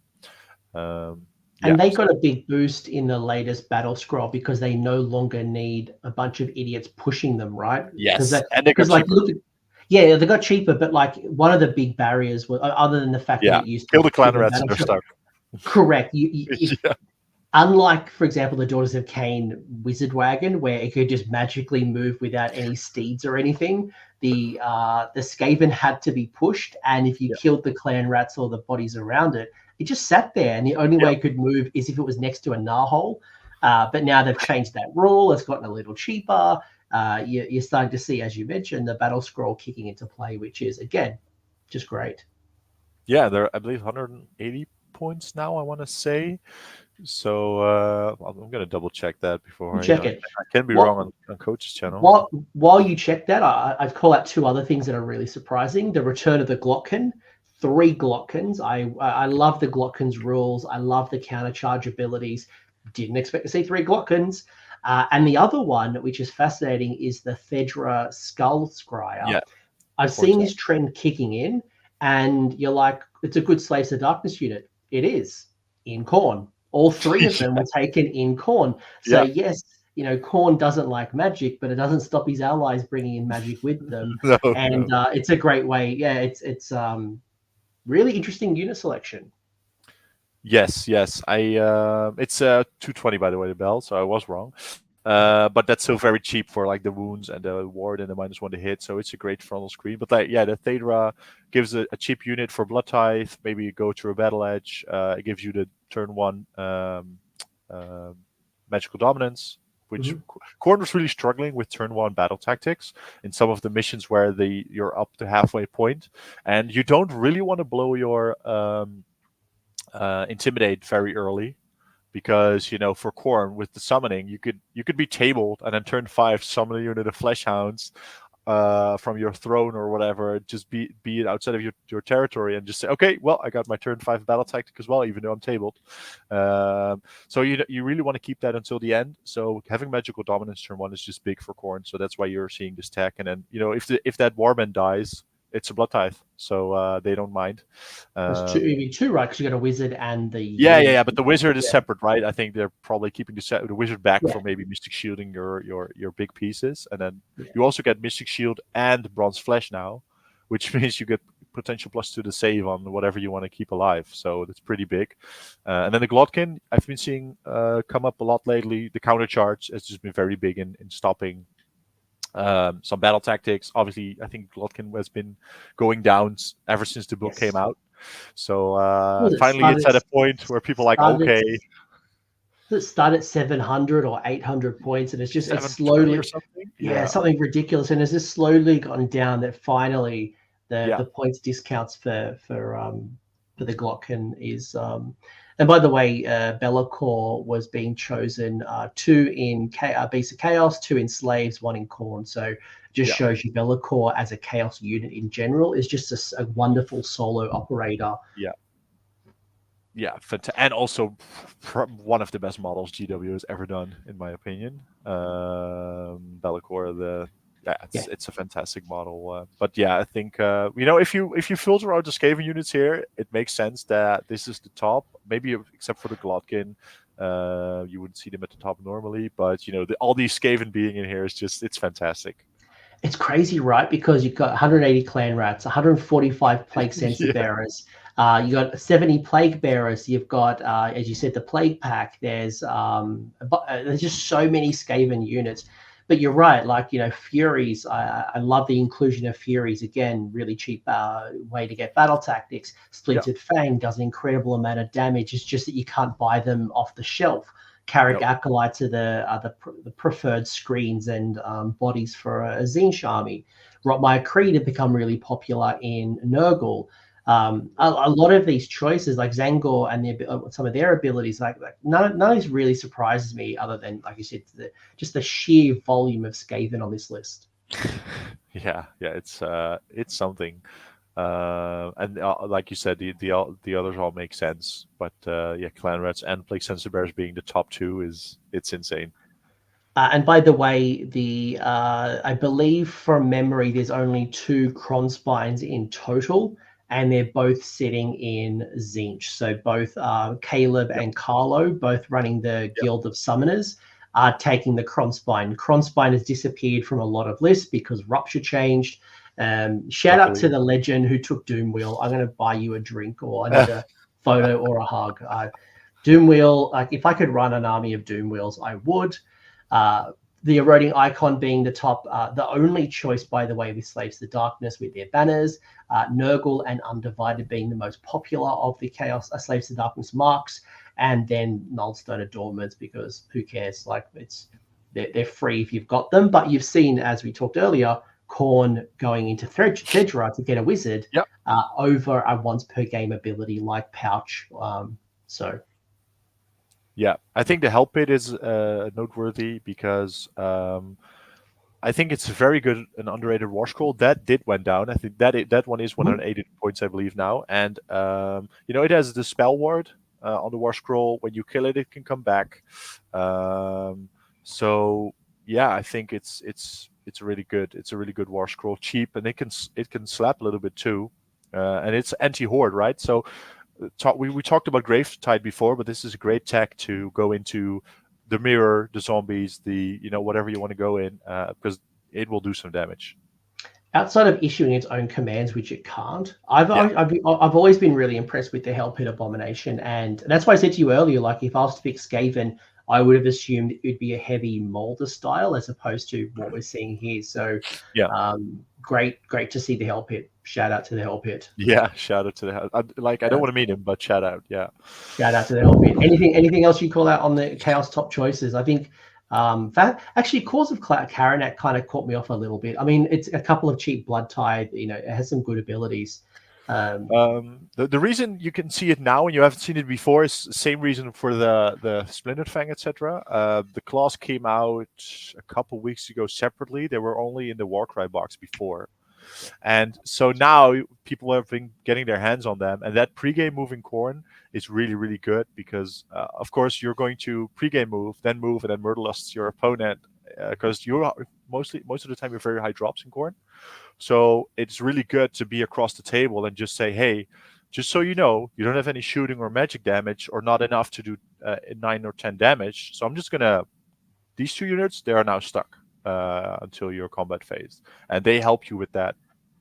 Don't get me wrong, I love the Claws of Karanak, as like with the Unmade, but would I have expected to see the Unmade and the Claws of Karanak being in the top unit selections? Right. No, I probably wouldn't have picked them. I would have expected maybe Bloodletters to be a little bit higher.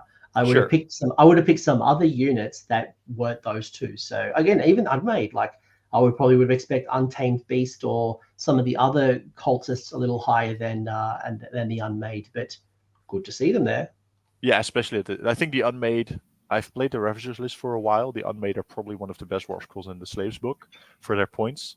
And then with Ravagers, you're able to, when they die, you're able to grab the unit and put them back where you need them, where you need that bubble, which is really, really good. So you're like, okay, so you're not rallying here anymore. You're not redeploying here anymore because I just put that unit back down and the bubble is 12 inches. You're putting them down outside of 9, so you're hitting 1, 2, or maybe 3 units with that bubble. And if people want to know more about that, go check out my video with Ben Hoskins, who's probably running those units. So you can hear from firsthand how he's making the most of it. But I really like the cultist builds in Ravagers. Really, I would like to see more of them. Yeah, great.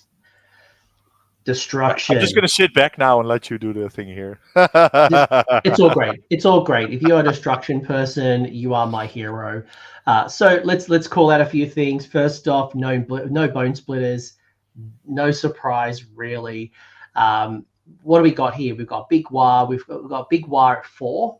We talked a little bit earlier about some of the new battle tactics and some of the things that have happened in Big War that have really seen it spike in popularity. You've seen Gloomspite Gits and the King's Gits. So there's 6 Gloomspite Gits, all King's Gits. We mentioned a little earlier, I was a little surprised with this number. I would have expected at least 1 or 2. If you told me there were 6 Gloomspite Gits list, I would have expected at least 1 or 2 being a Troggoth, like Glog's Mega Mob, or some type of even the new. Actually, no, probably not the new Dawnbringer Trogs, but I would have imagined a heavier Trog list, at least. How durable they are. But nope, King's Gits is dominating, and that's good because it's just consistent across everyone. Bloodtooths being the popular choice for Iron Jaws. So of the 4 Iron Jaws, 3 being Bloodtooth, 1 being Iron Suns. I probably would have thought Iron Suns would be the more popular pick. I mean, actually, they're a bit 50-50, actually, to be honest. They're both up there. Yeah, One Cruel Boys. Kids also not seeing a lot of Squig Herd means you don't see a lot of Jaws. True, very true, very true. Because you're seeing a lot of the Boingrot Bounders. But I just would have expected a Glog's Mega Mob just going around. I would have expected at least one Trog build. I'm not sure if Trogs could go win 8 games of Warhammer at an event. So I think with the people investing so much time and money to go here, especially the non-US players, they're just. I'm not sure if this is an event you're just going to bring your Trogs. No disrespect to Trogs, but I don't think they're the meta pick for Gits. No, they're not the meta pick for Gits. But why I say it as well is because they do often do really well. That you can see outside of just pure damage from the Squig build. You do see a lot of durability and recursion and just holding the field through rock guts and things like that. And their low model count as well, perfect for traveling. So and very, very easy on the brain versus what you see with very heavy list techie type King's Gits and building into the Wizards and building into some of the the Gobblepalooza, the Snufflers, some of the heavy tech armies. But what else? You got one Cruel Boy. I'm not sure what I expected with Cruel Boy. It's like I'm glad to see it represented. Yeah. I probably wouldn't have expected too many Cruel Boys. I don't think they'd like, No. but Meat Fist, there's 4 ogre lists, all Meat Fist. And then 2 Sons of Behemat, both being King Broad Stomp, and that doesn't surprise me in the least. The new King Broad Stomp is great. It's been clarified. You can't teleport your Gargants anymore with the new rules. The grand strategy's changed a little bit now. It's still hard. It's not unachievable like it was. And you will notice when you get into grand strategies, everyone has, I think both lists abandoned the new grand strategy and gone with just like Overshadow or just something that's not that claim 5 terrain features outside your territory, which is just very difficult in some situations where territories are really small. Yeah, and you don't know the table layout, so yeah, it's difficult. I actually won a GT last weekend with Gargants, where I took 3 gate breakers and the Gitz regiment in the breaker tribe, so which is also pretty good. So I think Gargants they do have some play, and they are maybe difficult to transport. But if I was going to play like 12, well, I mean because of the size, right? If I was going to play 10 games of Warhammer in a weekend, Gargants would be a good one to pick. Well, I took my Gargants to LVO, and I took 3 megas, 3 smalls. Not a single issue in my carry-on. Okay. I think I could do 4. It's a great army to transport, and you'll go the distance. But you look at like as we mentioned a little earlier around Gloomspite Gitz, it's also in the hands of some really good players. And there's no disrespect to the other factions, but Ricky Fisher, Phil Marshall, Matthew Davis, even like Dale and Chris and Joran, like all 6 of those players are really good players. So very techie armies. I call that earlier my top picks. It's the techie armies. I think if you can adapt and respond to your opponent, the techie armies have the greatest potential for the win. Khorne, Gitz, yada, yada, yada. Yeah, one thing that surprised me here was no Boulderhead. No one giving love to the Stonehorns, which I did see a lot.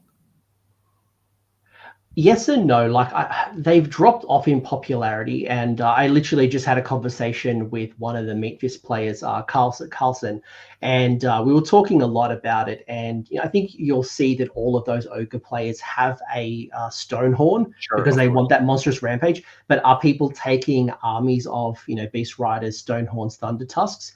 That's really dropped off in popularity, and you haven't really seen them do well competitively this season. So. I love the fact that of the 4 ogre Moor tribes, all 4 of them are Meat Fist. Like again, wouldn't have picked it. No. And a year ago, we were all scared of the Iron Blaster spam, so we've got a long way from there. Yeah, Noblar and Iron Blaster spam. Oh, yuck. So what are some of the top traits here? So you've got your command traits being Hulking Brute, Clammy Hand, artifacts being Destroyer, Arcane Tome, glowing tattoos. I hate that artifact. And it's on that Wargog. We should keep track next week. How many Wargog mortals we're going to get? Oh, good lord. Your Gruesome Trophy Rack, Moonface Mommet, love that particular. Glowy Howsett. Your Battle Regiment and Taurian Acolytes are your top 2 battalions. Iron Jaws, Iron Fist making a 3rd, which is wonderful.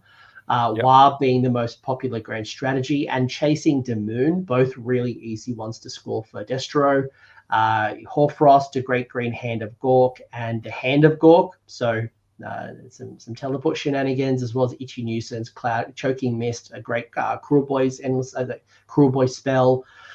What else? No Prayers, obviously. Your Geminids, your Scuttle Tide, and your Suffocating Grave Tide being popular. Air quote that. And a much more spread out set of points. You're seeing the 1930s, the 1940s, people playing for the Triumph, and Inspired being the top pick at 55% in Destro. Yeah, I think this is one of the sub allegiances. Let's say the allegiances that suffered from the Merciless Blizzard change, because you don't see the Madcap Blizzard teleport anymore. So you see it here, not in the top 3 of spells, luckily. So yeah, but other than that, I mean, kind of makes sense. And Warg, yeah, it's just the go-to for a lot of the orc-based armies, let's say. Well, your sons can't take them, so we ignore that. Yeah. You've got your cruel boys. I mean, they've got great spells anyway. So do they need Blizzard? They've already got an industrial amount of mortal wounds from Bolt Boys. They don't need to wait for you to come into 12. Your Iron Jaws probably always chasing their piggies, and like it can be hard. I don't think there's a lot of new Ard Boys. I don't remember seeing a lot of the new Ard Boy units. I think you're seeing brutes and pigs and things like you. Yeah. You saw pigs being in Some the top 10. gougers. I did see some gougers, I believe. Yep. Obviously, Gitz is doing the heavy lifting with Blizzard. Yeah. Even still, yeah. And I think Horfrost has Horfrost been in the top 3 for all. I believe so, right? For all the allegiances. I mean, makes sense. Yes. Yeah. I'm pretty sure it was. I can quickly fact check that in a second, but I'm pretty sure Horfrost is definitely in the top 3. And it's a great spell. It's a low casting value. It has so much great utility, whether you need the hit, the wound, or the rend. Yeah. And there's so many units just benefit from Horfrost. So yeah, in Death it was a top pick. I was going to assume it's a top pick in all of them because I'm pretty sure it was. So. And I think a quick shout out in the spells. A lot of players are bringing Gobsprak, and so what's not in here is, for example, Nasty Hacks, turning off wards, which if players would have to pick it, would probably be in these spells as well. Another good example is you've probably got Scragrok the Loon King in a lot of these units, and he knows the entire spell lore for Gitz. So exactly. Itchy Nuisance is represented well. Hand of Gork. If Scraggy had to pick Hand of Gork, which he often does, that probably is much higher. Exactly. So good call out with both Gobsprak and Scraggy. Yeah, well, I call that Scraggy. You call that Gobsprak. And from a unit choice, so what do you got there? The Oracle War Chanter, again, no surprise, very popular. Your Weird Knob Shaman, again, really popular, both in your Iron Jaws and your Big Wars. Scraggy being a top choice, which is great. Mega Boss or Maw Crusher, fun. Gatebreaker, love that. Enough points discount that, as you said, a lot of the Suns players will take 2 Gatebreakers because they can afford it now. Yeah, 2 Gatebreakers, a King Broad, and then maybe 3 little guys or the War Stomper. For as far as tech goes in Gargants, that's probably it. Picking which ones based on the meta, and I think the Gatebreaker has the highest average output of all the Gargants. Yes, yeah, it does, especially because you can't put a flaming weapon on the War Stomper, and I love the Gatebreaker because if I'm stuck in a pickle, let's say I'm in that Ethereal Vampire Lord on Zombie Dragon or something, I'm just like completely debuffed to the 9. 4+. I can just go 4+, 46 mortal wounds, and it's 1 attack. I'm not wasting my time. Yeah, I took off a Lumineth Cow with that, who was like on +2 to save, ignoring Rend 2. I'm like, okay, well, you know what? 4 up. You're dead. In one game, I annihilated Ethereal Vampire on Zombie Dragon, and then literally the next turn, I annihilated Neferata. Like, first one I failed, then hit the second, hit the third, and it was glorious. That doesn't always happen like that. No, definitely. Couple of surprises in here. I mean, the Tyrant being popular is no surprise because of Meatfest, but it's still surprise being in the top 5. Again, you'd never pick it. And the Firebellies. Again, if you listen to my Carson discussion, talked very highly of the Firebelly. Yep. Here it is. Great pick. Yeah. Wouldn't have expected that so high, indeed. Anything you'd call out here? I mean, the Wargog Prophet popular, Gobsprak popular. Actually, I probably would have expected more Gobspraks, to be honest, with the amount of there was 4. Was there 4 Big War and 1 Cruel Boy? I would imagine that would have been 5. 5 out of 5. I would have imagined. That wouldn't have surprised me at all. I agree. No. I actually expected more Big War, to be honest, in total. But I would expect Gobsprak to be in almost all of them. Although I've seen one of our local players also, taking it out and opting for Gougers and just going for more mobility and some damage here and there. So yeah, maybe there's a shift going on. I will be interested to see if people can handle the DPS check of Suns. You know, two really good pilots in Tyler Bushy and Christopher Schelling, both very experienced Gargan players. So in the hands of them, with the 5-up ward, you know, with King Broad being able to heal and do these other things, people seem to have forgotten about them because they don't have, you know, Hoarfrost and Blizzard. They're still great, and they do really well sitting on circles. Yeah, and with all due respect, decision fatigue, you know, it's probably the army you're going to get the least problems with that during the event. Not that it's easy to pilot, because it's not, because your target selection has to be on point. Gargants is knowing your opponent's army more than it's knowing your own army. That's what I found out last weekend. And but like I said, if I had to bring an army to such a big or long tournament, you know, Gargants would probably give you an edge on that regard. Tom, at LVO, I went 4-1 with Gargants. I went to bed at 4 o'clock every morning and woke up at like 8 o'clock in the morning and still went 4-1. Not because they're powerful, because they are so easy to pilot. It's like, oh, you can teleport? I don't care. Got some spells. I got one I can unbind with no plus. Turns. I don't care. Decision Rob fatigue is like... Rob saw that I won the GT, but it's from Alliance Open, so he said, "Oh, Tom won his own GT." But I brought the Gargants to the GT because I get a lot of rules questions at every event I go to. So I thought, you know what, I'm just going to bring the Gargants, and then I have the time to sometimes walk away and answer a rules question. And then Rob ridiculed me because he said, you know, I put all the 3 guys in an objective, and I'd just be like, well, I'm going to walk around the tables. Tell me when you're done with your turn. And oh, they're not dead. So yeah, that DPS check is something. But I do think there's a lot of damage in the meta. So. There is, but people are building around bringing them down. So I think, interesting. Yeah, so we'll see. Unit choices, again, we talked stabbers, we talked boy and grots, we talked gore grunters already. Things like gut rippers, again, you know, 70 gut rippers is very surprising. A lot of gluttons, again, some interesting choices. The Gobblepalooza being a specialist unit, funnily enough, having high representation. The Iron Guts. Something for me that really stood out was the Spore Splatter, not Spore Splatter, it should be 2020 anyway. Loon Smasher Fanatics, 20 of them. That either people are taking units of 10, and I have seen a couple of crazy people in the past taking blocks of 10, or just blocks of 5, hiding them in a unit of Moonclan Stabbers, releasing them either to deny a charge and potentially a battle tactic, or you know, teleporting them, releasing them. They're a 6-inch charge, and tap into the Loon Shrine, bringing them back through the King's Gates. Yeah, it's interesting to see. What I like about the Gates book is I think by now you've seen a lot of units in the book have their moment under the sun. Like when it started out, you know, it was Squick Spam. You've seen Trolls. We've seen Bounders. Now we're seeing the Loon Smashers. We're seeing the Gobblepalooza. Like everything in the book has had its place in the meta. The Loon Smasher you see a lot also. They're great OBR, anti-OBR tech. Matthew told me about that. Matt Mello was playing them.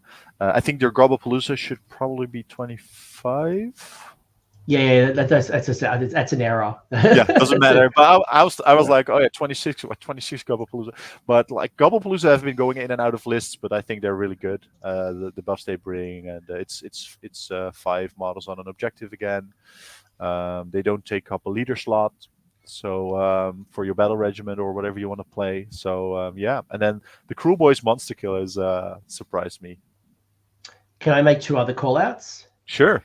First off, I want to shout out, I think, let me just quickly double check this. I want to shout out the mad lad, Gabriel Kobag.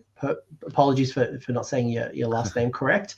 Took the Gorger Morpack. So the only person to take the brand new unit of the Gorgers, which very curious to see how they perform for you. The other mad lad, the maddest of the lads, is Lewis Swan coming from UK. Bringing a Kragnos. Yeah. Kragnos Oh, there is Leaf one. Fist. Okay. There is a Kragnos in a meat Oh, with fist. tyrants? So, I haven't got the list up. I'm just looking at Yeah. the So it is just going to micro data. slingshot tyrants with 4-ups to do more wounds. Yeah, that's going to be very funny. Well, you do see there's like what is that? There's eight big names there for your Yeah. ogre tyrants. So 5 Yeah. being your brawler guts, 3 on your death cheaters. Yeah, I could see there might be some. There is 5 tyrants, so that might be the build. Yeah, that's funny indeed. Snarlfang riders you don't see a lot, but it does make sense because they're a very cheap, fast screen. I believe they're in Yoren's list at the top of my head. Joren actually, for the people who don't know, you were talking about Gitz winning the tournament. Joren has won AoS World Singles 2 years in a row right now. So if anyone's taking out Worlds with Gitz, he has a big chance of doing it. His list is a little different from other lists, with bringing, I believe, the Snarlfang riders. It is urine, by the way. I've just checked, and both of Yeah. the 10, so 2 units of 5, both coming from urine. I would have imagined, for me, I play that role in Spider Riders, and I know there is Sure. a unit of Spider Riders, but I can't wait to see what the Snarlfang. Still got the 6-inch pile-in. No, that's River Snarlfang. That's the other unit. That's the River They're Snarlfang. just fast. Yeah.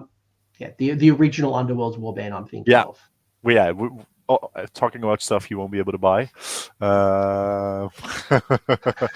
Maybe they re-release them one day. But like his list is very interesting. He's also bringing the Spore Splatters, 2x10 bounders, and I just looked it up. 30 bounders actually in his list. So yeah, very curious to see how that's gonna go. And apart from that, like I said, the Monster Killers, the Gorger Maw Pack, pretty basic stuff. Like there's a lot of Gut Rippers. And a lot of Noblars. But yeah, I think the top, the Stabbers, the Bounders, the Gorgrunters, the Brutes, kind of makes sense. We're missing the Squiggard.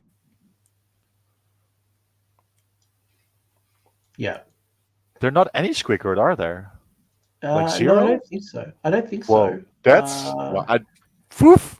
I don't know. I'm looking at so these are the unit selections you've got, and this is not mod. This is just okay. So you've got your Stabber. So outside of this list, so we finish at the Gorgers, right? Yeah, but they're already 5, so you're already talking about 5. No. I'm looking under it, right? So under that, you've got 5 Spider Riders, 3 Fellwater Rock Guts, so Fellwater Troggoths, 1 of the Maw Grunters, and 1 of the single Gorgers. So I don't have any Squig herd. So the Squig boss with the gnashing jaw Squig would be to boost the Boingrot Bounders. Yeah, you're right. There's no one taking Squig herd, which again surprises me. I would have expected at least one person to take even a unit of 24. Yeah, I faced 36 Squig herd with a Hoarfrost last weekend. And it's mental. I believe they did like 72 damage to one of my Gargants. Even before Hoarfrost, I would of course. I would run 36 Squig herd, and I would lift 20 Chaos Warriors with the Nurgle banner. Yeah, bye. It's not hard. Anyway, we're kind of spending too much time. We've both got to go. We've got one. Again, very excited, very curious. If you're a destruction person, you are already a winner in my eyes. This is your meta. I love destruction. I started off as an order person. I'm now destruction, which then leads us to the last of them, and that is order. So who is the representation? We mentioned earlier, new cities is not in play. So anyone who brought old cities would have to use old cities, and there is no old cities. Probably not a surprise for either of us, unless someone was fighting for best in faction, and that would have been an easy win. What else have you got? So you've got 2 Daughters of Cain, 1 Drakey Ganeth, 1 Calibron, 4 Idoneth Deepkin, 3 being Futharn, and 1 being Domhain. You've got 4 KO. We've got Barak Nar, Barak Mornar, Marek Zon, and then 1 from the new Brave Soul Expeditionary Force. Yeah, after it's been changed. Yeah. 3 Lumineth, 1 from Eumetrica, 2 from Zytrek. 7 Seraphon, 6 being Fangs of Sotek, 1 being Kotal's Claw, 2 Stormcast Eternals, 1 being Hallowed Knight, 1 being Knights Excelsior, and then 6 Sylvaneth being Gnarlroot 1, Harvestboon 1, Heartwood 4. So outside of cities not being represented, actually, there's another surprise. Fireslayers. Yeah, no Fireslayers. I mean, it's not a super popular faction, and they've been dropping off a bit. So maybe for the World Championship, it kind of makes sense. I would expect them at a different, like if there's a normal 90-person GT, I would probably expect one of them at least. But maybe for the World Championship, it's not. Last year, Richie took them to the finals, didn't he? And Richie played them at the US finals last year. Because I'm pretty sure I interviewed him after it. Oh, could be. I think so. But they were in a very different position last year. Yeah. With the rally not being limited. So and the new Dawnbringer stuff for Fireslayers hasn't really shifted the needle for them. So it's not like they've cracked the code like the Suns, right? No, and the new Army of Renown isn't legal, I believe, at this tournament. So no, because it was book 3, so that it would only just be the new hero. Yeah, so they haven't really been influenced a lot. So yeah, those two. I don't want to say surprising, but it's a shame not seeing any Fireslayers. Like cities, I expected not to be one, and except one mad lad was going to try and be the best in faction, but then. I don't even know what's meta for the old cities book. Like, what would have been what you're bringing? No clue at all. You could go, if I was going to build, I probably would go, I could lean into the magic, right, and go Hallowheart. Sure. I could go into like some of the movement shenanigans of Misthaven. There's probably like, despite what people put into Best Coast pairing, like the Leviathan Defenders, which is not. Yeah. And there could be some interesting play with the Old Settlers Gain with the Lumineth 1 in every 4, but regardless, no cities. So let's stop talking about them. And really, the new battle tome's already out, so they don't exist anymore. It's now new cities. No. Correct. So no Fireslayers, which is partially surprising, partially not. No cities, no surprise at all. Anything that kind of stands out for you, like Fangs of Sotek dominating there with 6 of the 7. Futharn dominating from IDK, Heartwood dominating for Seraph. I probably didn't expect as many Sylvaneth players, to be honest. Like I expected their representation, but I would have thought Sylvaneth might be, I don't know, not 6, maybe 4. Sure, yeah. I wouldn't expect more Sylvaneth than, for example, Big Wall players. That's for sure. I think I would have expected more if Belthanos would be legal, because that's going to change the army completely.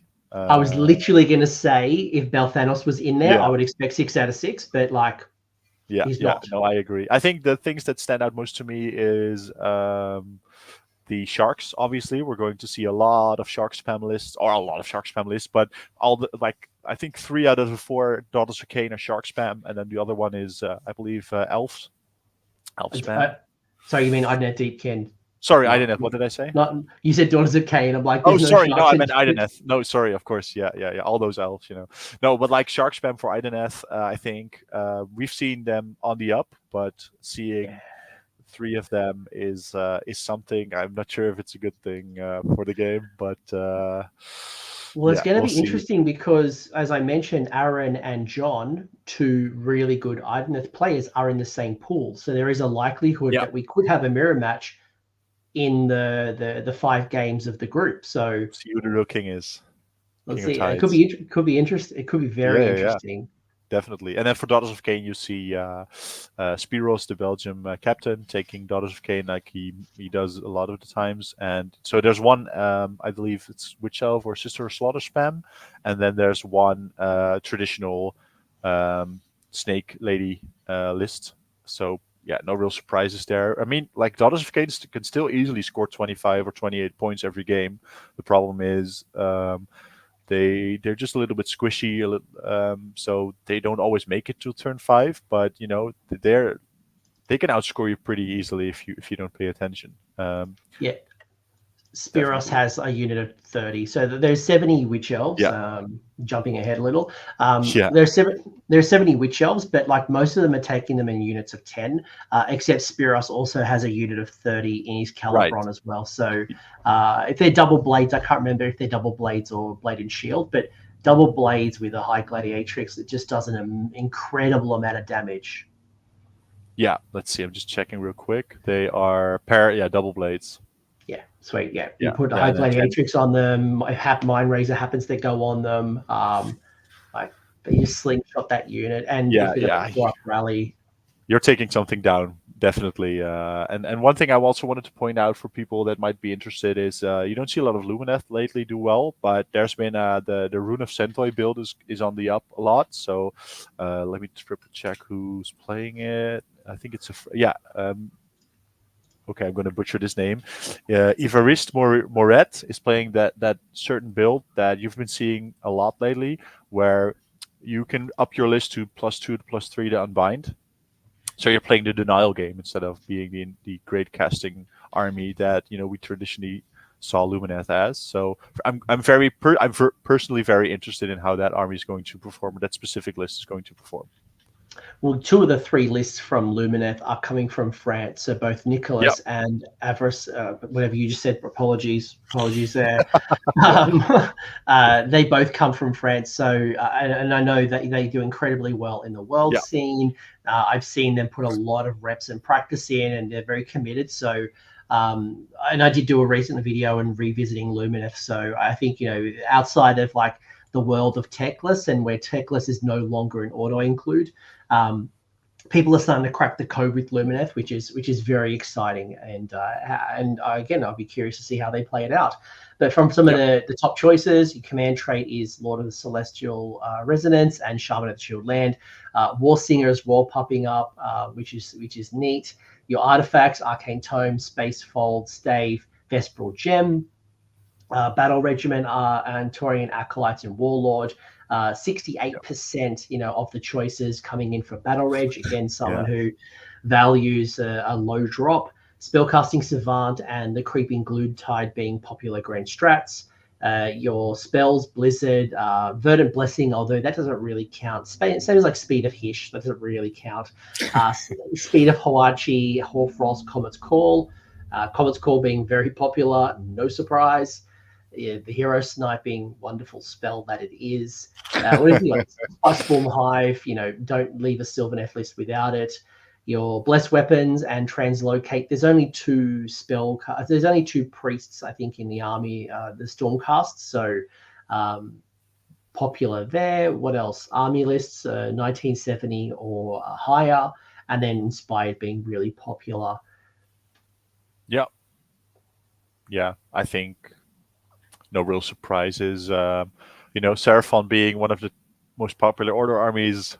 Who would have known? I've started playing about 3 years ago. Three years ago, Warhammer. I've not had a situation except for maybe last January, February, 2 months where Seraphon wasn't like one of the top most popular armies. So it's reflected again here. The other part, probably the one that I'm most interested in with Order, is like where the unit selection's coming from, right? And you can see here there's a very specific archetype with Seraphon. The Skink Star Seer, the Slan Star Master, the Ashlith Bearer, Lord Croak, and the Skink Star Priest, all top 5, all coming from one faction. So very, very dominant there. Your Chemist coming in for KO. The Vexilor Bomb is back. The Knight Vexilor being able to just pick a point in the battle once per battle, mortal wound. So spread out those Antorian Acolytes that you might be hiding. What else? What else in there? Bloodrack Medusa. I think Eliana, the twins, super fascinating choice there. And there we got some goddesses. We've got Alariel and Morathi both. Malarial and Morathi are both representing with 2 selections each. So 2 Daughters of Cain, 2 Morathis, 6 Sylvaneth, 2 Alariels. Yeah, I think Alariel probably, if you look at a god and their faction, Alariel and Morathi are probably the most popular ones. Like you see Archeon sometimes, or Kragnos, but I think they get taken much less than Alaria or Morathi are in their respective armies. The Tidecaster being up here is a little bit surprising. Alania, you see popping up a lot more. I've also seen her as an ally in some other armies because of the teleport and the damage that ramps up during the game. So I'm very curious to see how that they will go. Well, Trog Bomb not existing anymore, but there's still 2 Trogs there. Yeah, I think apart from the Tidecaster, which if you'd given me a list to fill in before this tournament, before the list came in, I would not have the Tidecaster in this list. But other than, and maybe the Vexilor, because you see the Stormcast lists are so varied that I might not have expected Vexilor spam, even though it's it's a meta pick. Yeah, that makes sense. A couple of other things that are not on this list is we have 1 Gotrek and we have 1 Severeth. Yeah, also in the build. And we also have the farewell tour for the Battle Mage with Wild Form. So we got one Battle Mage from Wild Form, and it's not in Sylvaneth. It's hiding in IDK. It's in IDK. Oh, okay. Wow. So the farewell tour to the Battle Mage, he clearly is in the new book, but it's a very different set of rules. Yeah. So he might be going into retirement for a while. Yeah, at least as an ally. Yeah. Otherwise, from your unit selection, Skinks, no surprise, just because they're just such a popular choice for your Seraphon. The Bloodthirsty Shiver Alapexes, we already talked about 27 of them, crazy amount. What else? I think for me, probably the other thing is how many Kurnoth Hunters there are, being 18 with great swords and 18 with bows. And then remembering that Alariel can summon some as well if they, that is their choice. Maybe a couple of other call-outs, as I mentioned, the Annihilators. There's a bunch of Annihilators, and the Raptidon Chargers. I see a lot of them being summoned, but very rarely actually put on the table. But here we are, Raptidon Chargers becoming a popular choice in lists. Yeah, Kodos Claw sees them run a lot. I think the rising popularity of Blade Lords is noteworthy. You didn't see them a whole lot before. And yeah, like the Sharks, it's just, that's the most standout thing. Like you mentioned, the Sharks here, and probably maybe even the Thralls. But I guess, it's Sharks. It's Sharks. The most standout thing here is the Sharks.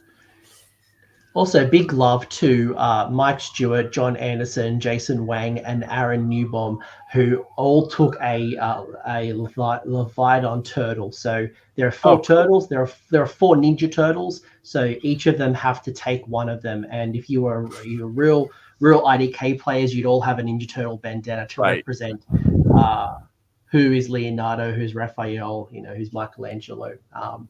But that's super neat. Other than that, the Reaping and the Dwindling being popular, the Reverberating Carapace being a popular mount trait, and a couple of the KO amendments kind of standing out more than others. But again, as you mentioned, you're right. The Blade Lords are rising in popularity. I guess I didn't mention that because it was actually a part of the discussion I had with Lumineth recently. But you're right. It's kind of risen in popularity.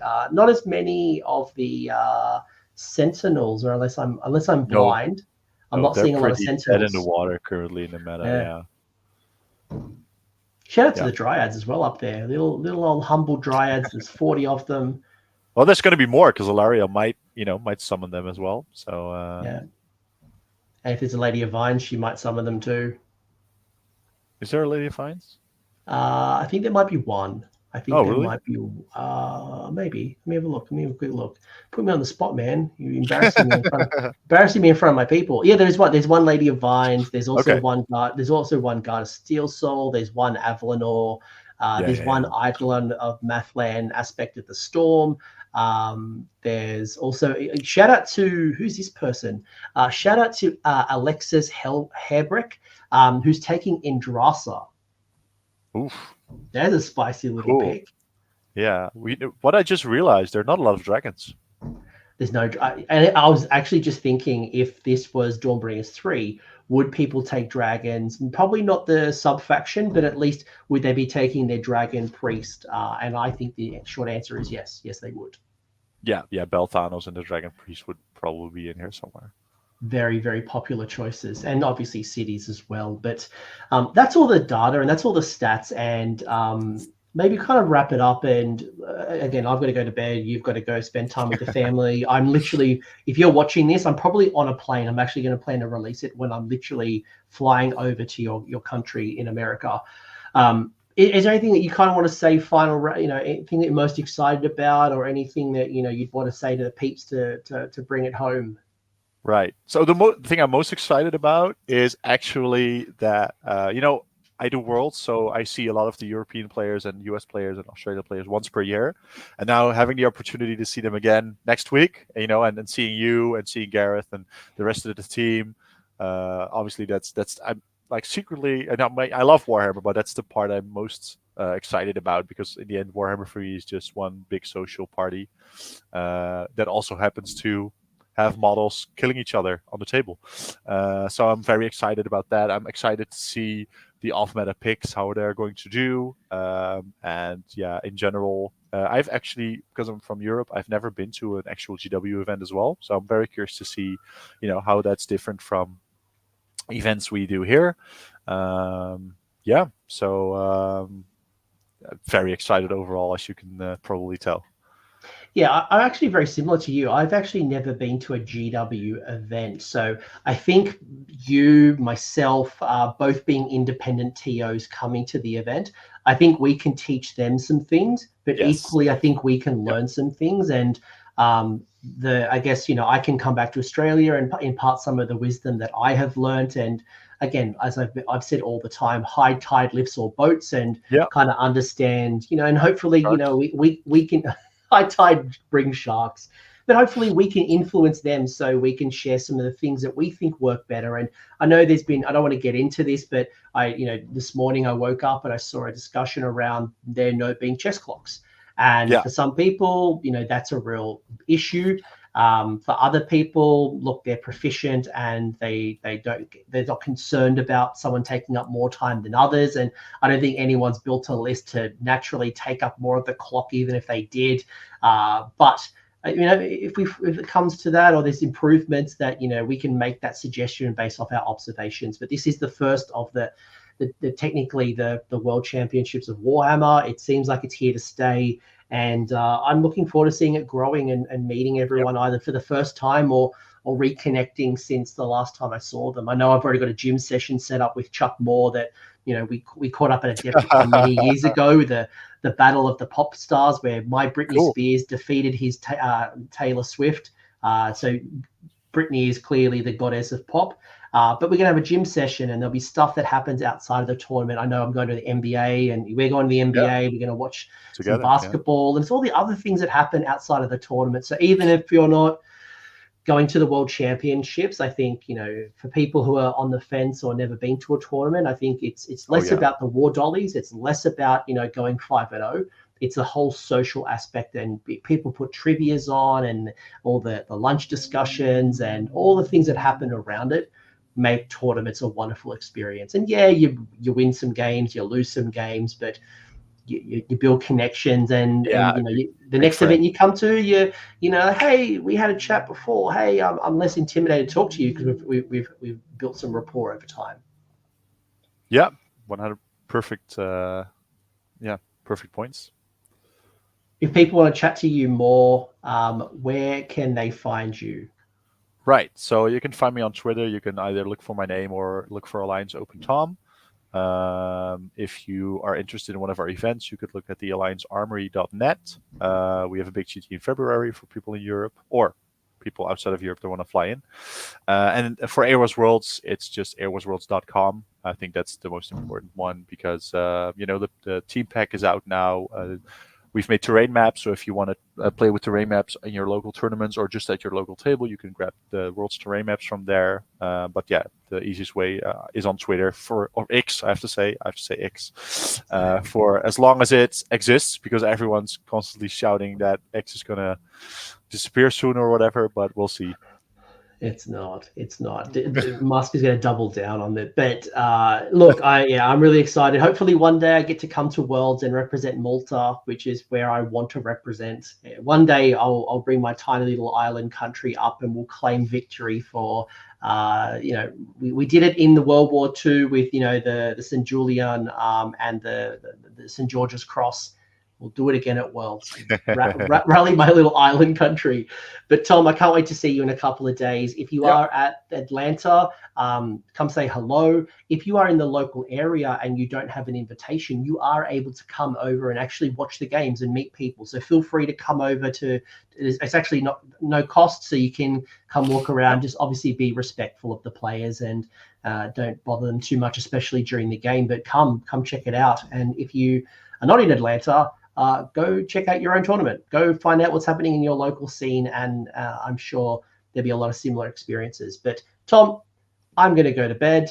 I've got a flight in the morning. You go spend time with your family. Hope everyone enjoyed that preview, and there will be a wrap-up show. We'll do a recap. I'll probably get the Aussies on the line. So when we get back from Australia, I'll get Tom Oliver and Joel and David and Mitch, and we'll get the Aussies and Henry. We'll get all the Aussies on, or as many as available, and we'll do a recap. We'll have some videos. I'll keep an eye on I might post some videos in the event as well. Who knows? Keep an eye on my social in addition to Twitch and Warcom. All right, great. Let's go to bed. Go see family. Thanks, everyone. Hope you enjoyed it. And leave a comment in the comment section which faction you think is going to win it, or the player. If you want to shout out your friend or your comrades, tell us who it is. If not, tell us which faction you think and why in the comment section. All right. Thanks, everyone. Thanks, Tom. And I'll see you all in November. Bye. Thanks for hanging around until the end. I hope you enjoyed that video and you walked away with a few new ideas. Now, if you did, I would love it if you pressed like on the video, as well as left me a comment with your thoughts. The conversation will continue over on Discord, and the link is down below in the episode description. I also want to give a massive shout out to the AoS Coach patrons and YouTube members who are supporting the channel and the growth that you're seeing here. So cheers, you are all bloody legends. And until next time, don't roll a double one on a spellcast.